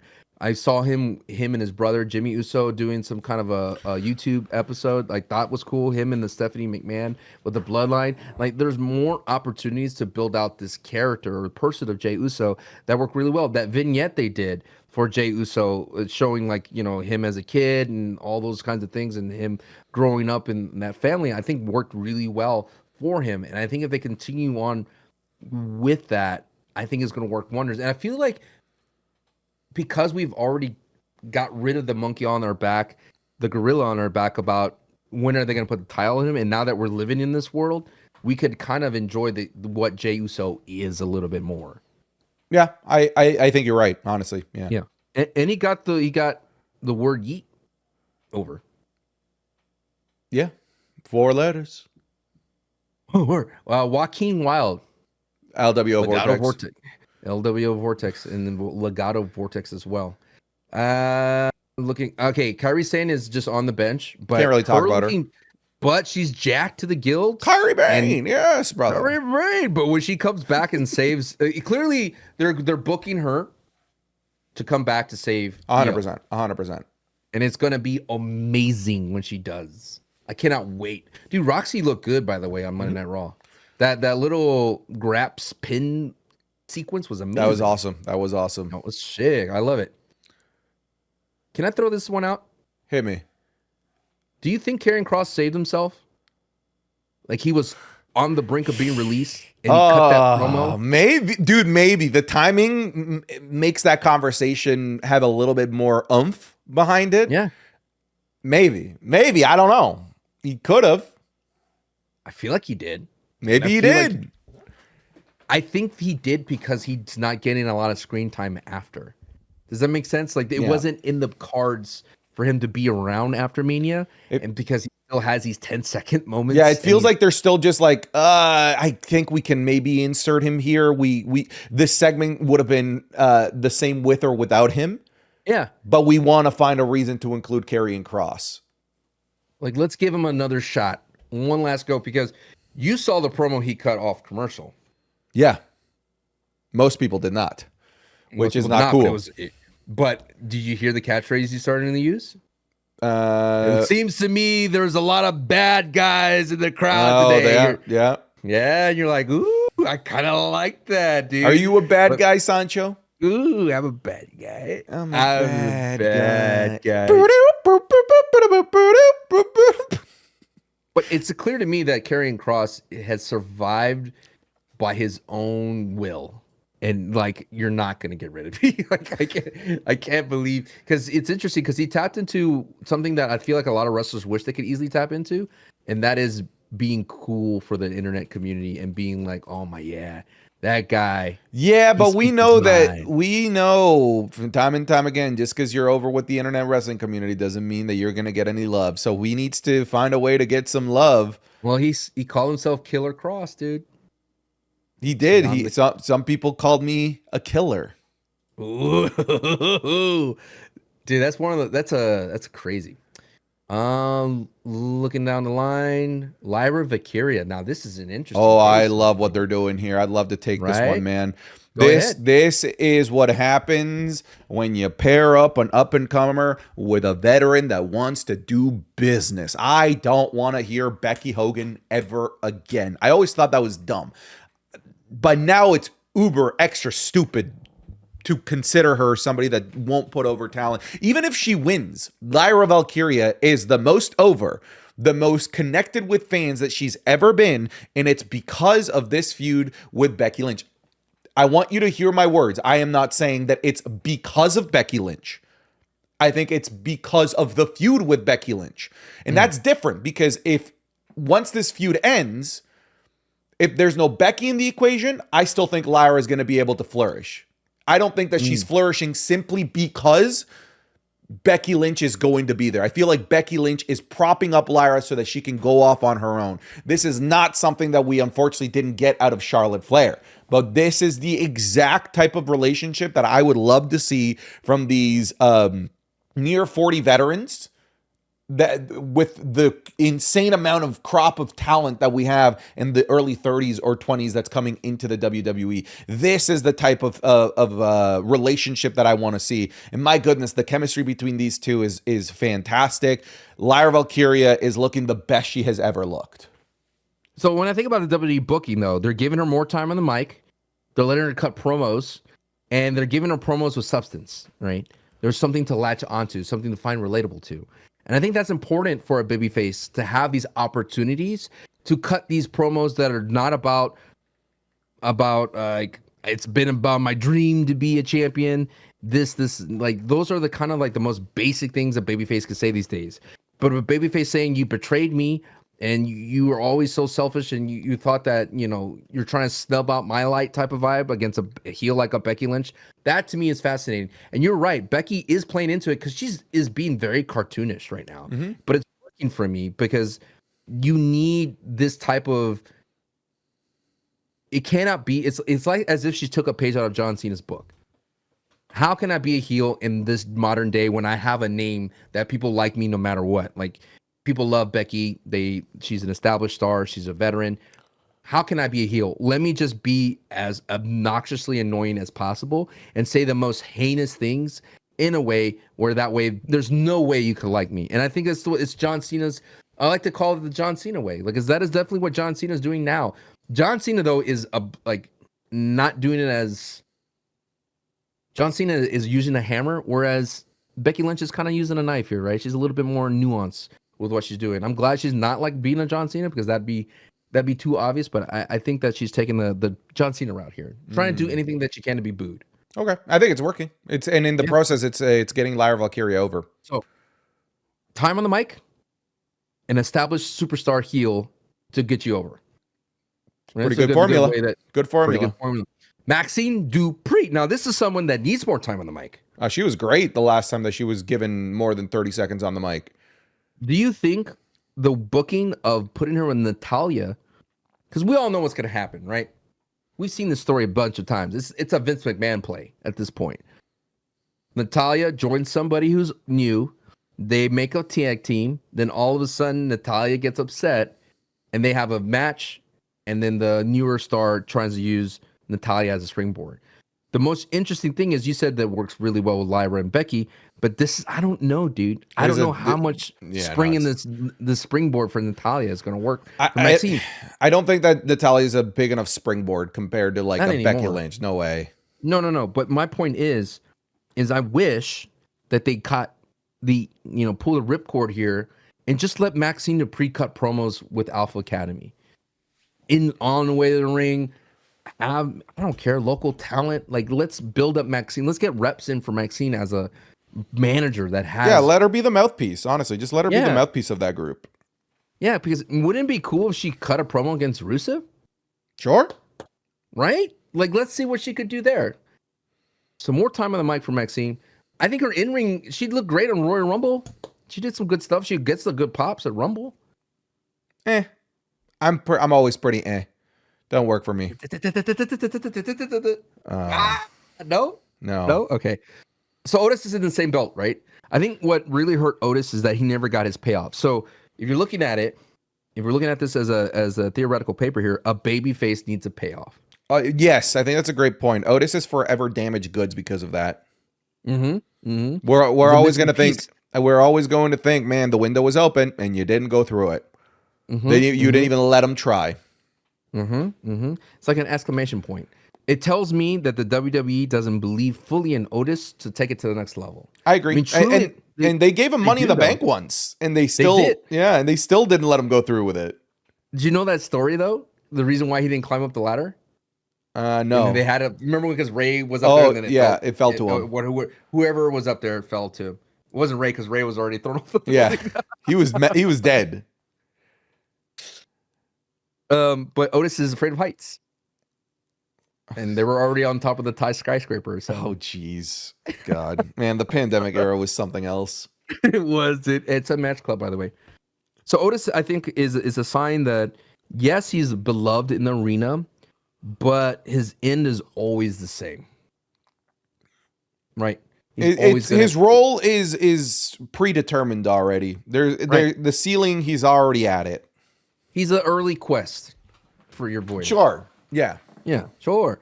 Now, this is an interesting one. Pat McAfee.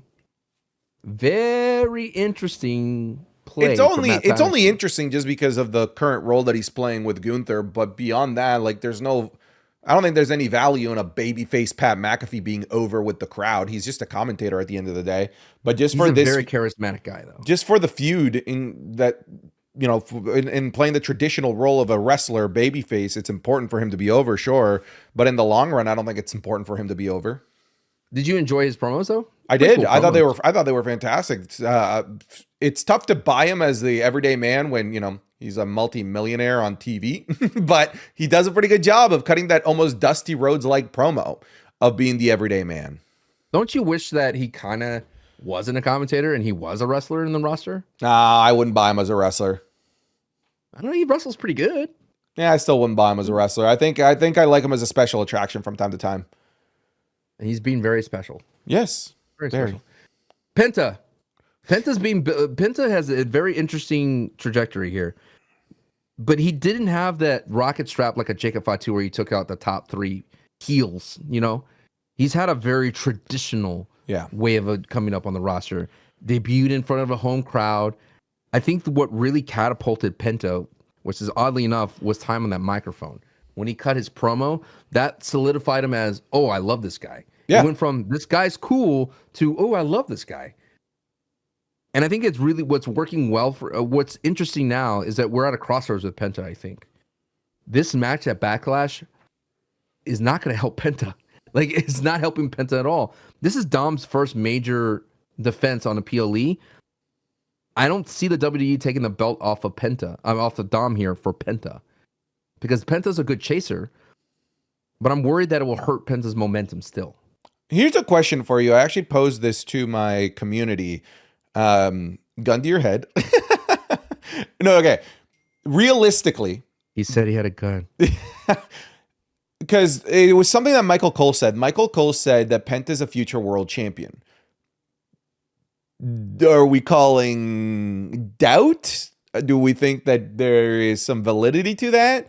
Because that's another interesting. I'm sorry to cut you off, but a commentator's role in the babyface push, right? Sure. So you're saying that Michael Cole is giving him the master glaze here? Yeah, yeah. He said that Penta is for sure a future world champion, and immediately I was like, really? Not that I don't like Penta. More so, I've seen WWE book people like Penta and luchadors not to be in that position. We had Ray, Ooh. but Ray is where that's not the that's the exception to the rule, not the rule. Okay, is this a safe place? Of course. What if the WWE acquiring AAA is so they could put the AAA belt on Penta? What did I tell you? Isn't that what we started the show? That they're No, just going to I know. WWE fight AAA? So if they did that, then Penta, it's a strange thing to say, and I hate that I'm saying this in a way because I don't want to cause division here. Because people tend to, as soon as I mention these three letters, they're not the most dangerous letters in the world. But if I mention AEW, Mm-hmm. AEW has a lot of people on that roster running around with different promotional belts, Yeah. right?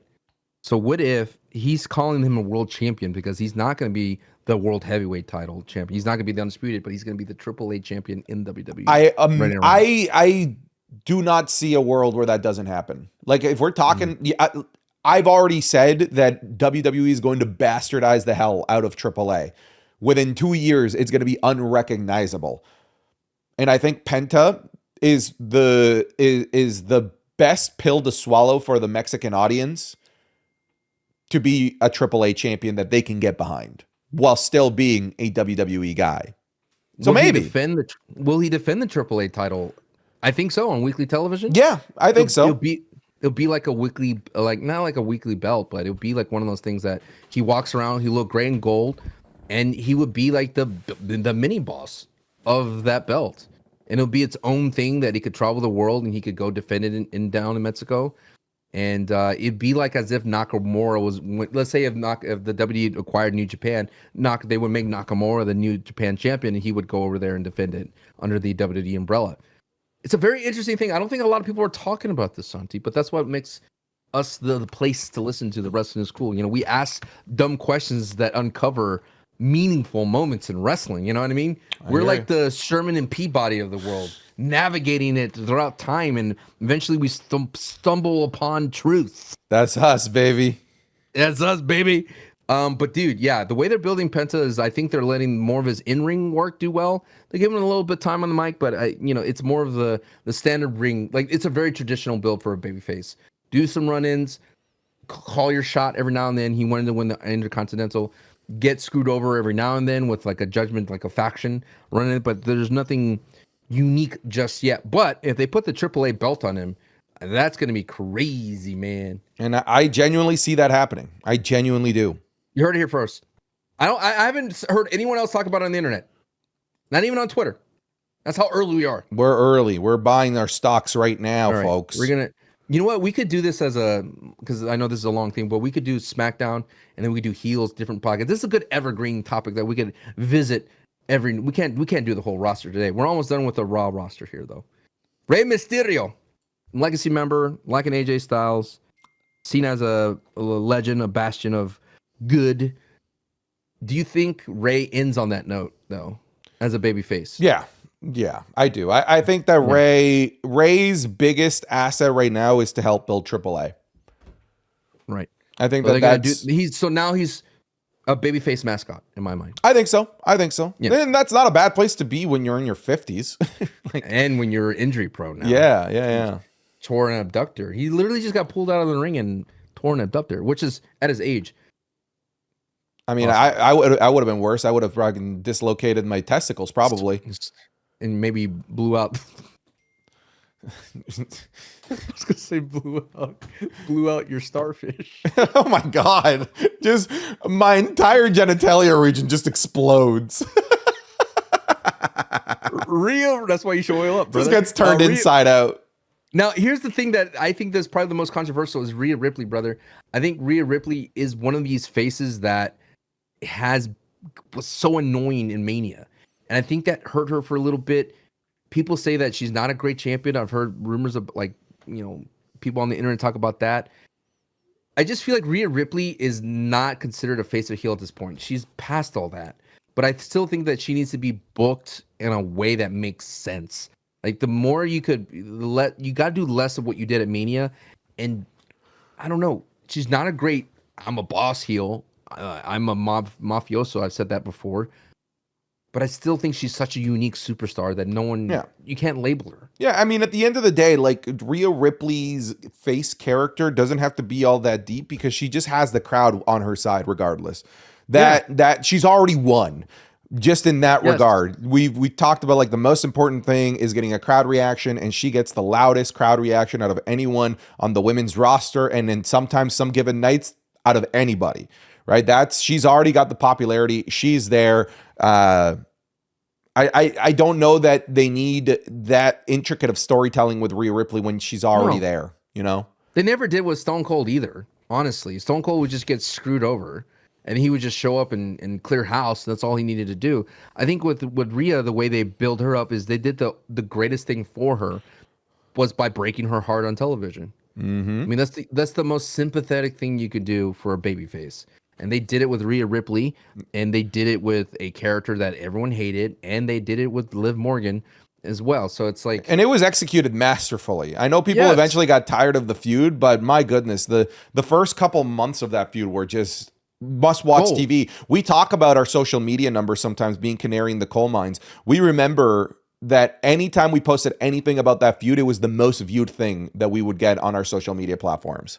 And I do feel like it was the most creative way. I mean, they had so many different buildups. They had so many uses of the Judgment Day. I think it was done in a way. I know that a lot of people didn't. Some people thought it was tasteless, but I think the result where we are now is clear as day. Is they made Rhea Ripley the ultimate babyface for the women's division.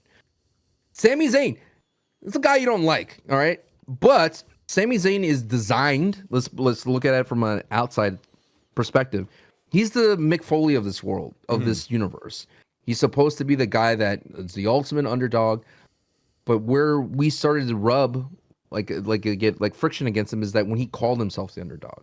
What always worked with Sammy was that when he believed he could win, not when he thought he couldn't win because he was inferior, and that started with Mania 40, right? This idea is like I need it. I'm doubting myself. I've always liked my favorite Sammy is happy-go-lucky. I'm going to do all I can to beat you, and you can't beat me type of vibe. Not this guy who calls himself an underdog, and then when he wins, he gets on this high horse, and he's being booked as the moral code of the WWE. Okay. And you don't like that. Here's the thing. It's not that I don't like that Sami Zayn is the moral code. It's that, and I think that character works, the moral code character. It's just that they're pointing him in the wrong direction. Calling out Seth Rollins because now he's aligned with Paul Heyman is like is just the most hypocritical thing. He literally did the same thing for years and then did the same thing a couple of months ago for War Games. Now picture this. You take that same character and you just point him in the different direction. Maybe you point him towards John Cena. All of a sudden, this character that is the moral compass of the WWE, now it works a lot better. Now it lands. Now I'm not seeing bits of hypocrisy or anything like that. I just need them to take that Sami Zayn and point him in the direction of a heel that actually needs to go up against this character, because I don't think it's Seth Rollins. I really, really don't think that it's Seth Rollins. Hell, I didn't even think it was Chad Gable. Chad Gable, I don't think that character worked very well. But like you put him in the crosshairs of a John Cena, I can get behind the Sami Zayn character. So in terms of booking wise, Triple H has chosen the wrong target for Sami Zayn. I agree. I think it's the wrong target. Because he is mad over. People love Sami. I love Sami, by the way. People think that I hate the human. I quite literally the opposite. I love the human Sami Zayn. I love the wrestler Sami Zayn. I don't like the character that WWE has written for him and the direction that the character has taken. That's all. I do enjoy the idea that Sami Zayn's relationship with Jey Uso has elevated both of them.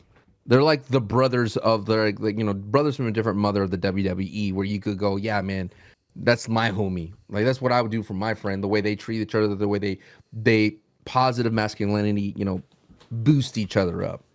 Mm-hmm. I like it. Gotta have that. I like it. Gotta have that. All right, we're almost done here. We got one more. Because let's talk about Tyler Bate. They brought back Tyler Bate. Really not much for Tyler Bate right now. Where the hell has he been? You would think that he would have had a bigger pop. I don't think his pop return overseas worked for him as much. Bro, where has he been? He was in the Andre the Giant Memorial Battle Royale thing. Okay, back, but aside from that, where has he been? So the option of the WWE not using you and not talking about you is bad. Big time. I'm just, you mentioned the name and I'm like, did they use him beyond the pop in London? And the Andre the Giant. Have they? Because that was a while ago, dude. The pop in London was like a month before WrestleMania, and then the Andre the Giant Memorial was obviously the night before WrestleMania, but I didn't see him in between or after. And we're talking about a lot of episodes of Raw now. Just saying, that's an option that the WWE has chosen, Santi. So bad is bad. How they're booking him. Very bad. And now we're on to the return of Sheamus. Sheamus, who got fed Austin Theory instead of Grayson Waller. Why are you doing this to me? Why would you do this? I just wish he was getting dragged out. Like, dude, the only criticism I have about Sheamus, and I know I'm being super nitpicky and I'm not turning off my brain, but it's like, Sheamus, I love your Hulk up moment. It's sick. But you should not be using that on Austin Theory, all right? Like, I know you're using it to remind the world that you could Hulk up and you're a big, tough fella. But when you use that against the theories of the world, it diminishes when you use it against Drew, when you use it against someone that you need to dig deep, brother, to bring that out. Because when you use that against Austin Theory, I was like, come on, Sheamus. I know that the crowd loves it, and you probably do it at every house show, and it gets the crowd on their feet. But when you look at the kind of like the MCU timeline of it all, it should not be used against Austin Theory. Okay, that's fair. Especially when, Austin Theory is on the lowest level right now, and he's scared of you. Yes, exactly. So how they're booking Sheamus right now, what they're using is the opportunity that he could be a Grand Slam champion. Like he's all reliable. I think is what Sheamus is right now for the WWE, especially on Raw. He's all reliable. He's chasing that one more opportunity to capture that Intercontinental. And I think it works for Sheamus, and I think I'm surprised that the WWE doesn't lean more into that YouTube channel of Sheamus. Why not lean into that? There's something there. You leaned into him being fat, lean into him being a fitness guy, like Jesus. Sure. Right? I don't know how you do it, but it's hard to get over on YouTube, brother. And he managed to do that. He managed to do it. I know. He did it with just being genuine. And I think I love Detective Sheamus that they had before when they were trying to book him with the leather jacket and the hat was not working. Him running around with the shillelagh and all that kind of stuff was not working. He tried to come off as I'm just a brawler. He kind of come off like the Thing in Fantastic Four, the guy that you can kind of come to and he's like, he solves your problems type of vibe. Didn't work. Maybe just lean into fitness Sheamus. That works clearly. The algorithm loves it. How's this channel doing? Let me check it out. All right, check it out. We're gonna do a on the fly live YouTube Sheamus review. YouTube review. He recently had CM Punk, which was a big episode, a big get. Because he's always wanted CM Punk. All right, Celtic Warrior workouts. All right. Great name, by the way. Great name, absolutely. Oh yeah. No, he's doing well. The CM Punk video is 500,000 views. Working out with Dakota Kai and Io Sky, 400,000 views. With Penta was only. Penta was good. I saw a different clip. Penta saw the extra reps. Yeah. Penta was 500,000 as well. Lyra Valkyrie's workout looked hard as hell. 500,000. Yeah. So this dude, and Sancho and I understand this world. He is cooking. He is doing very, very well. Now, where he could do better is his shorts. Actually, no, shorts are banging too. 656K with CM Punk, 1.4. Simple pineapple on pizza. So whoever is managing this channel for him and helping him is banging out. But then there's Maven. You can't beat Maven. Maven is the ultimate YouTuber. Maven just cracks me up because he's whoever's managing this is a YouTube pro. He's just Oh, a yeah? YouTube pro. Oh my God. Yeah. Everything from like the hooks at the beginning of the videos, the thumbnails, the titles, like whoever is managing this channel for Maven is a YouTube savant, because I don't believe that it's Maven. I think Maven's the talent in the video, but whoever's managing this, they know ball, brother. They know ball. Hi guys, this is Maven. I gotta get his accent. He's more of a southern gentleman. You'll get it Where's he down. from? Where's Uh, Maven from? let's take a guess. I'll say he is I'm gonna from say North Carolina. Tallahassee. I'm Okay. gonna say North Carolina. All right. So Maven, WWE, ladies and gentlemen, is from Charlottesville, Virginia. So you were closer. I was close. Yeah, Nice. you were closer. Yeah. Dude, 211 videos, 650K subs. Impressive. Very impressive. Very impressive. Do you want to know how many videos I made on my channel? Let's hear it. Just on my main channel. And granted, I had a kid and I stopped for a while. But guess how many videos I made? Just throw out a number. I'm going to include shorts. I'm going to say you have 2,000 videos. 1.4K. Okay. All right. 135K subscribers. Not bad. Not bad. I Not pumped bad. out a lot of shorts. So I have a lot of videos as well. I have over 1,000 videos. But I also do daily videos, which now we're on multiple years of that. So I thought you were gonna stop. What happened? I did stop. No, I did stop. My mentality. Man. No. The game. Maybe that's it. But I did stop in my mind. In my mind, I have no pressure to do daily videos. Now I'm choosing to do daily videos. It's different. It is. It just somehow is, and it's refreshing and making me like be excited to make more videos. That's funny. No, I'm not. That's good. I'm happy for you. Oh, I know it's I'm happy good. for you, Santi. I'm happy for you, Santi. Oh. Okay, I think next episode, do you want to do the Smackdown roster Babyface? Because I think it was a very interesting conversation. I think what it does, it kind of configures. It lets you know, like, hey, let's take a step back and see how's everyone moving and how are they being used and how are they being utilized. What gives them power? What gives them less power? I think what the main lesson here is, like, if you just give your baby faces more time on the microphone, you could do things. I think on the Smackdown, you wanted to talk about Smackdown being trash.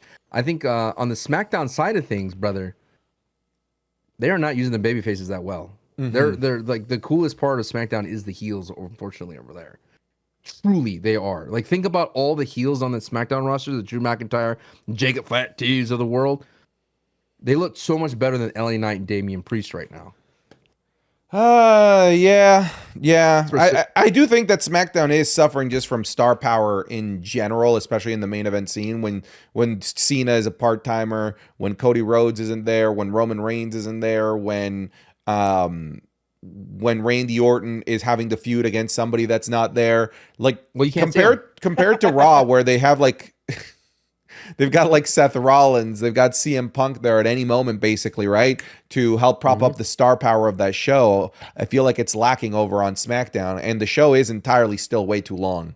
Way too long. 3 hours is tough. It's a tough 3 sit hours through. is tough. I can't wait. Is it supposed to go down to 2? It was supposed to go down to 2 in like the summer. I think it's like July. And I can't wait personally to open up my Fridays again to play video games after SmackDown. Oh, it's just for you. All this is just for you. It's all just for me. This is why they're doing it. They're like, yeah, we want to see Santi play Fall Guys again. I think what's also hurting SmackDown as well is when Roman was around, it was more of like, when Roman comes around, we were going to watch.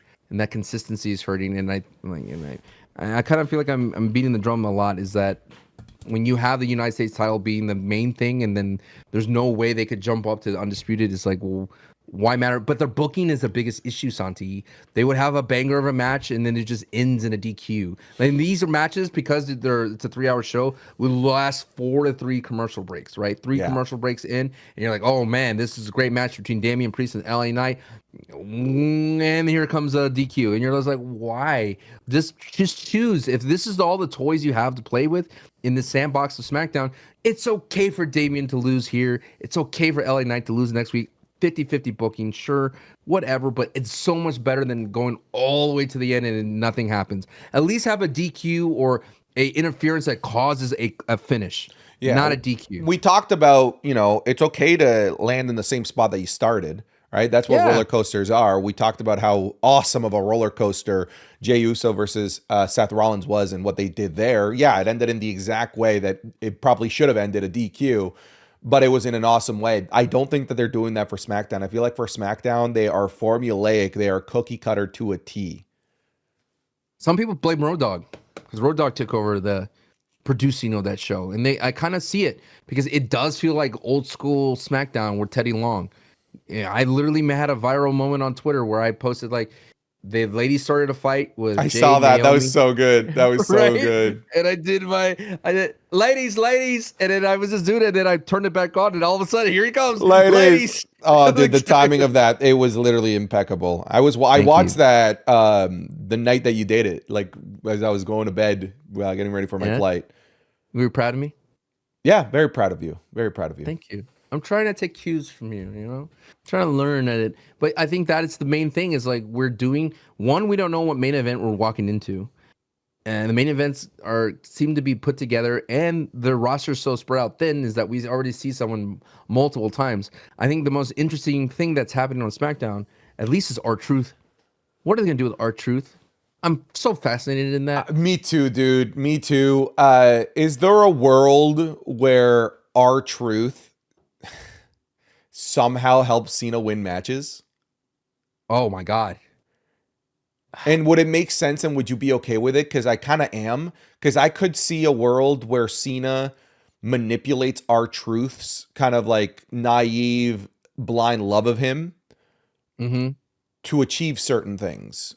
And that I think obviously makes Cena even more of an awful person because we as the audience, we know that R-Truth is being taken advantage of.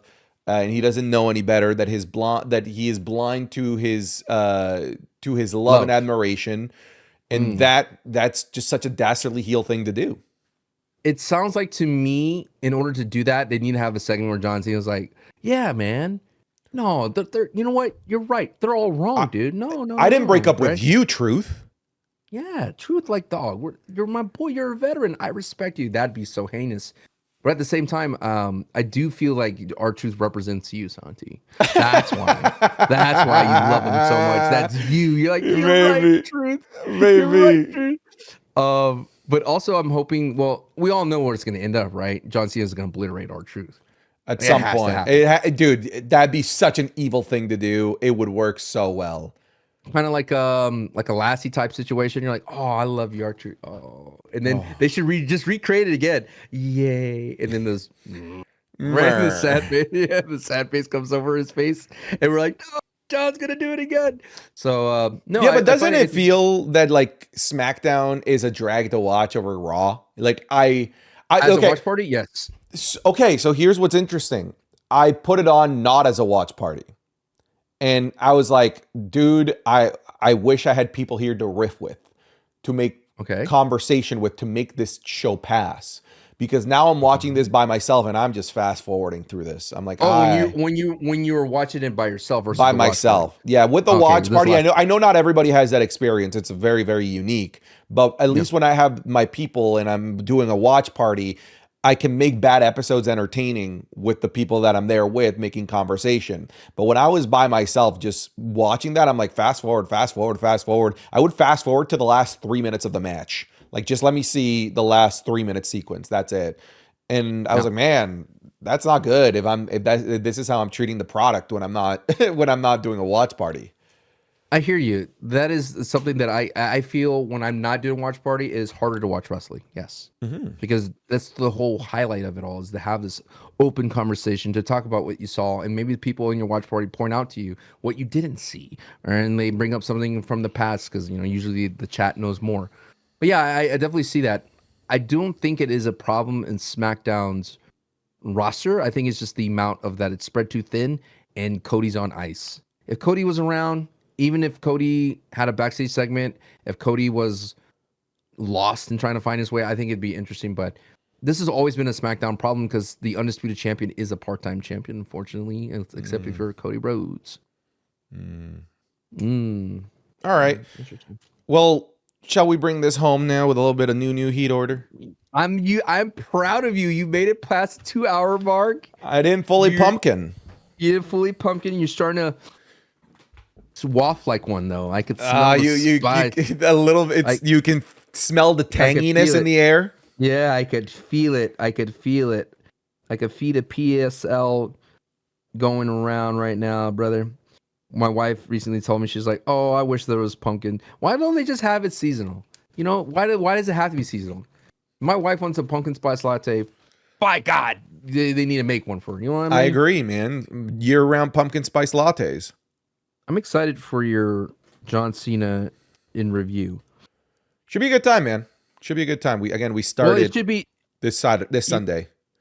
It's gonna be something that at least you could watch, like you're invested in. And the good thing is like, I picked a dumb thing to start off with. A Royal Rumbles. Those are an hour-long commitment. Yeah, you know man. what I mean? You are a trooper, man. You are a trooper. We're in the golden age, I think. 2003.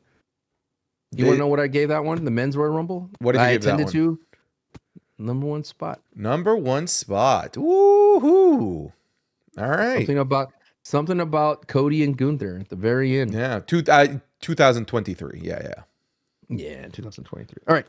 Number one in the new heat order, folks. If you're new here to the show, this is a part where we kind of rank what's going down. This was last week's one. We have number 10, Fuego de Sol, who's now a heel.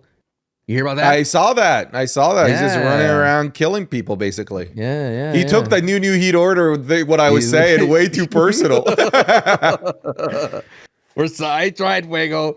Number 9 was Rusev. Number 8 was Pat McAfee. Number 7, Lyra Valkyria. Number 6, Becky Lynch. Number 3, number 5, John Cena. Number 4, Randy Orton. Number 3, the TLC match. Number 2, Braun Breaker. Number 1, Seth freaking Rollins. Who's your number 1?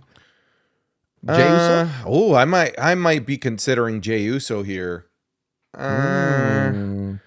Yeah. Yeah, give me Jay. Give me Jay.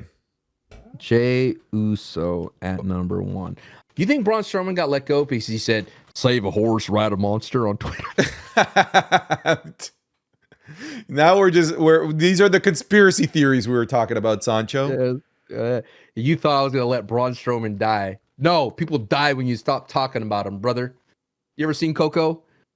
I'm gonna make it a fuenda, dude. I'm gonna put him on that bad boy. You know what I mean? Braun Strowman. Number 2, Seth Rollins. Yeah, because him coming after that title was sick. Yeah. Could we put 3 Paul Heyman, or is that? That was a great promo. Yeah, man, it was fantastic. Well, we could do 3 CM Punk, him returning.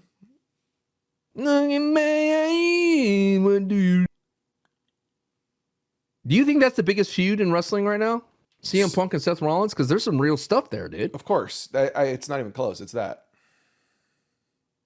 What about Naomi? Standing tall at the end of the episode. See, that's where I have a problem with babyface booking, brother. If you want your Jade Cargill to look cool and Tiffy look cool, why have the heel get the cool thing to do at the end? Does that make sense? Nah, you got to give the heels the cool moments sometimes. The heel's already cool, though. That's what the problem I'm trying to tell you. Naomi's cool already. Proceed with caution. Got that sick theme and the sick ring gear. And then all of a sudden she gets the cool moments, the DQ. And then she gets the ending moment. You think about it. Triple H's era, a lot of the heels stand tall over the babyface. A lot. Yeah. And Triple H is trying to bank that. Hey, at the PLE, at least they stand cool. But I'm like, I'm tired, dude. There was a whole Roman Reigns standing at the bottom of the feet of the bloodline for so many weeks. Facts. So no, I won't put Naomi that high. All right, okay, my bad. I just asked the question. You know what? Proceed with caution, Sati. You know what I mean? Number 4, we could put Sheamus somewhere in the top 10. Return. You want to put him at 10, or you're not hype for little Sheamus? That wasn't very hype. Yeah, honestly, I was more hype about Karrion Kross's promo that happened off TV than the return of Sheamus. Karrion Kross at 6 because he's the devil. Give me Karrion. Karrion again. We're talking about him, man. We're talking about Karrion. My man's not even on TV and he's getting the glaze. We got to put Randy Orton. Great promo on SmackDown. Maybe the highlight of All right, SmackDown. Put Randy at 4 then. Okay. Randy talking about how the merch thing, that they're going to have the belt. It's so true, man. Every week it's a new John Cena shirt. The new John Cena shirt. What makes good babyface promos is truths. And I feel like they give the truths too much to the heels sometimes. Let your babyface cut a truthful promo. And Randy's good at that, dude. And people are coming at us for calling of the fact that, I'm sorry, I'd rather hear what Randy Orton has to say about a heel Cena than Cody Rhodes right now. Am I wrong for that? Am I the problem? You're good, man. No, you're right. You're right. When you're right, you're right. Where's Cody anyway? Can Cody call in FaceTime? Can Cody call in FaceTime? Rock was able to FaceTime on a liner jet or on the private jet runway. Remember? I remember that. Yeah. That was some terrible television, by the way. With the Rock just droning on while the plane is so loud you can't hear him. We forget about the build, don't we? Oh, but the final boss didn't need to be there, man. Final boss did not need to be there. He didn't need to be there. Bubba Ray suggested that they should at least play the final boss music. Oh, sure, Bubba. Sure. So that way the Rock could say, see, I don't even have to be there Psych. to mess with you, Cody. Psych. And I'm like, yeah, that would make me more upset if I went to Mania and I heard the Rock's music and he didn't come out. Yeah, no, that would be stupid. Some old school booking there, Bubba. 5, Io Sky? Yeah, give me Io. That's a good one. I'd like to even throw in Roxanne Perez into this top 10. Ooh. Roxy at 9. Sure, give me Roxy at 9. Yeah. Roxanne. That's what I do now on my watch party when she comes out. I play a little Roxanne. I just wish she needs a submission hold. She's looking really good at working a leg. Give her a leg submission hold. Well, her finisher in NXT was a crossface. I don't know where that's gone. It was. Like that. That's how she beat Lyra Valkyria at Stand and Deliver. Nasty crossface. I like that. Because Pop Rocks is, considering that everyone on the roster almost does a sunset flip or a code red type of variation or a Mexican destroyer. Yeah, she was doing Pop Rocks and then right into the crossface, and it was sick. Oh, that sounds sick. Yeah. I like that. I hope she does that. Pop Rock's becoming her signature move now. Or sometimes she would win with Pop Rocks, but like it's just when she was face, she would always win with the Pop Rocks, but then she turned heel and then she started winning with the crossface. Is the 619 the finisher? 619 is a transitional move. Oh, wow. West Coast Pop. That's a finisher. Okay. Now we have number 7 and what are you feeling here? 7. I mean, Damian and LA Knight weren't that bad, but again, Sami Zayn coming out, making the save. I'll put Sami at 10. Okay, put Sami at 10. Like the thing about LA Knight and Damian Priest, and here's my criticism on that, and I'll bring it up when we talk about the Babyfaces of SmackDown, is they literally just came out and goes, well, like, you interfered in my match. Well, I interfered in your match. Well, I don't like you. You don't like me. Let's fight. Like, come on, man. There's a little bit more nuance in Damian and LA Knight than what they presented there. Jacob Fatu did a thing. Are you interested in what they're doing there with Andrade over on SmackDown? With trying to maybe usurp Santos Escobar and take over that faction? I think no, because you like that word, by the way, usurp. Ooh, there's not a long rope there, brother.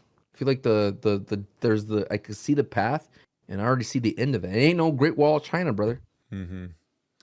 So you think that with the amount of rope that the snail would get to the end of the rope first before you ran a couple miles of the Great Wall of China? We already know that you, because it worked over 2 hours in, man. Oh yeah, you little pumpkin. All right, how about this? Number 8, Rusev. I'd rather Alistair. I think Alistair over Rusev. Number 7, Alistair Black. Fine. Yes. There we go. Yes. There we go. That's what you wanted. Oh, he's over Rusev. Mm-hmm. Look. He's over Rusev. There you go. All In my prediction, number 10, we have Sami Zayn. Number 9, Roxanne Perez. Number 8, Rusev. Number 7, Alistair. Number 6, Karrion Kross. Number 5, Io Sky. Number 4, Randy Orton. Number 3, CM Punk. Number 2, Seth Rollins. Number 1, Jey Uso. One thing I want to point out is you owe me some flowers here. All right. I kept alive Karrion Kross for you enough to jump in, okay? You wanted to throw him out with everything. You would have recycled Karrion Kross. And I see you on your little Instagram and on your little TikToks and your YouTube shorts going, oh, this Karrion Kross guy is kind of cool. And I actually like Karrion Kross. Karrion Kross could definitely do this. I see you do all that and not one iota of thank you, Sancho. Gracias, Sancho. You want to know Karrion Kross. You want to know why? We went away. Why? Because you kept saying it's the same train as the New Day. Admit that it's not the same train. It's clearly not. The New Day is DOA, brother. They are on completely different tracks. That's all I kept trying to say, that they're not the same train. And you kept trying to say that if I want to root for Karrion, that I have to get on the New Day train. I'm like, no, screw that. I don't want to be on the New Day train. I want to root for just Karrion Kross. But no, it's the same train. Sancho, for the sake of all of us, admit that it's not the same train as the New Day. Go ahead. Don't turn this on me. We'll give you all of your flowers. Just no. say it's not the same train. No. What are you, Sami Zayn? I don't react well to threats. You see this? You see this list? You see this list? You see this train? Point is, Santi. They're not the same train. You're welcome, Santi. What can I say except... You're welcome. All right. Well, folks, thank you very much for listening to this episode of the Wrestling is Cool podcast. Of course, you could have gotten this episode 3 days earlier than everywhere else on the planet over on the Patreon, patreon.com/SantiZab. And a special extra shout out and love goes out to our $15 patrons. They are the ones who are our producers. So here we go. Thank you to Dominic Mysterio is the GOAT. First patron I crazy dude says, I hate Abby so much. Ace1151, Adam Elysium, Aiden S. Can we put a pause? Yeah. I know you're on a roll. You're not at Ice Hatch yet, but shouts to Ice Hatch. Took his Wrestling is Cool sign that he had from San Diego TwitchCon and took it to TNA and got a couple of signatures, showed it to Joe Hendry and showed it to Chris Van Vliet. And you know what's on that Wrestling is Cool sign? Is your face. Yeah. And I drew horns on it and a sad tear and I wrote a sucks on it. It's real mature of you. Alex Regal. And Chris Van Vliet saw that. Stupid. Alex, all hail Dirty Dom, Alan the Teflon Don, Amato Beltre, American Nightmare Cody Lander, Andrew S, Anthony A, Antonio Arjona, Anthony Arbach, Arrogance, Ashley Asperlitz, Austin Gregory, Austin Hoagland, Authentic Chocolate, Bailey Saunders, Bo Pluto, BFT is the skull crushing finale with less steps, B Hostile, Big Man Bob, Blake Dela Cruz, Blast Pass 64, Bluefish, Bobby, Brad the Nerd. Hank Hill's coming to Fortnite. I heard they're reviving King of the Hill. Oh, I love that show. I watch it every night. Brady Keaton, Brandon Fibley, Bravado, Brandon Richards, Brody Cyphers, Brian Miranda, Bryce Bird, Caleb Hurley, Caleb Parker, Caleb Williams, Cameron Waring, Cameron Talks WWE, Carlos Gonzalez, CB, Cena Cody, Double Turn at Mania, Chase Rose. Oh, I like Chimp Chart Collectibles, Chris Butner Lucas, Chris Estes, Christian Billick, Clay, CM Drunk, Colby Mayo, Colin Ketchum, Colin Roach, Conductor of the Pentatrain, Connor Fitzsimmons, Connor Hoffman, Cookies for Sale, Cool Whip Tim, Corey King, Sci-Fi, Dalton Dunbar, Danny Lamp, Danny Gunk, Darren Dunstan, Dick Girl, Derek Barnhart, Devin Greets, Digi, Dylan Stapleton, D. Lopez, Doug Dimmadome, owner of the Dimsdale Dimmadome, Drew Ashford, Drink Every Time Becky Says Garbage. We counted 11 times, Sancho. 12 if you want to include recycling. Dumsky, Dylan Ariola, Sean, Eduardo Avila, El Joshi, Ellie Ferreira, Eric Ruiz Romero, Aaron Thorne, Everybody Loves Henry Ramon, Even Zesty Pin Bros, Extreme Madness 98, Isatch, Animo. Fishing with Papa J, Fletcher Walpole, Floating, FMFCMA. For his birthday, Santi got a Dirty Dom body pillow. Forever Wrestling, Fruitful Vibes, Gamerscape, Gilbert Deans, Goat Man of Cheese, Gunther Killed, My Brother Oos. GXA man, heartfelt. Hey Shakes, Hoodie Cam. I'm Rick James, bitch. Ian McNugget. I'm Braun Strowman. It's Isaiah Rodriguez. Isaiah Schaefer. Issa David. It's Mista. It's Astro Kid. It's Christian. I'm Braun Strowman. Jack Gibley. Jack Harris. Jack Parker. Jackson. Jacob Mueller. Jacob Pena. Jacob Staffel. Jaden Davis. Jaden Solomon Jones. Jake B. Jake Shavoya. Jacob Kufis.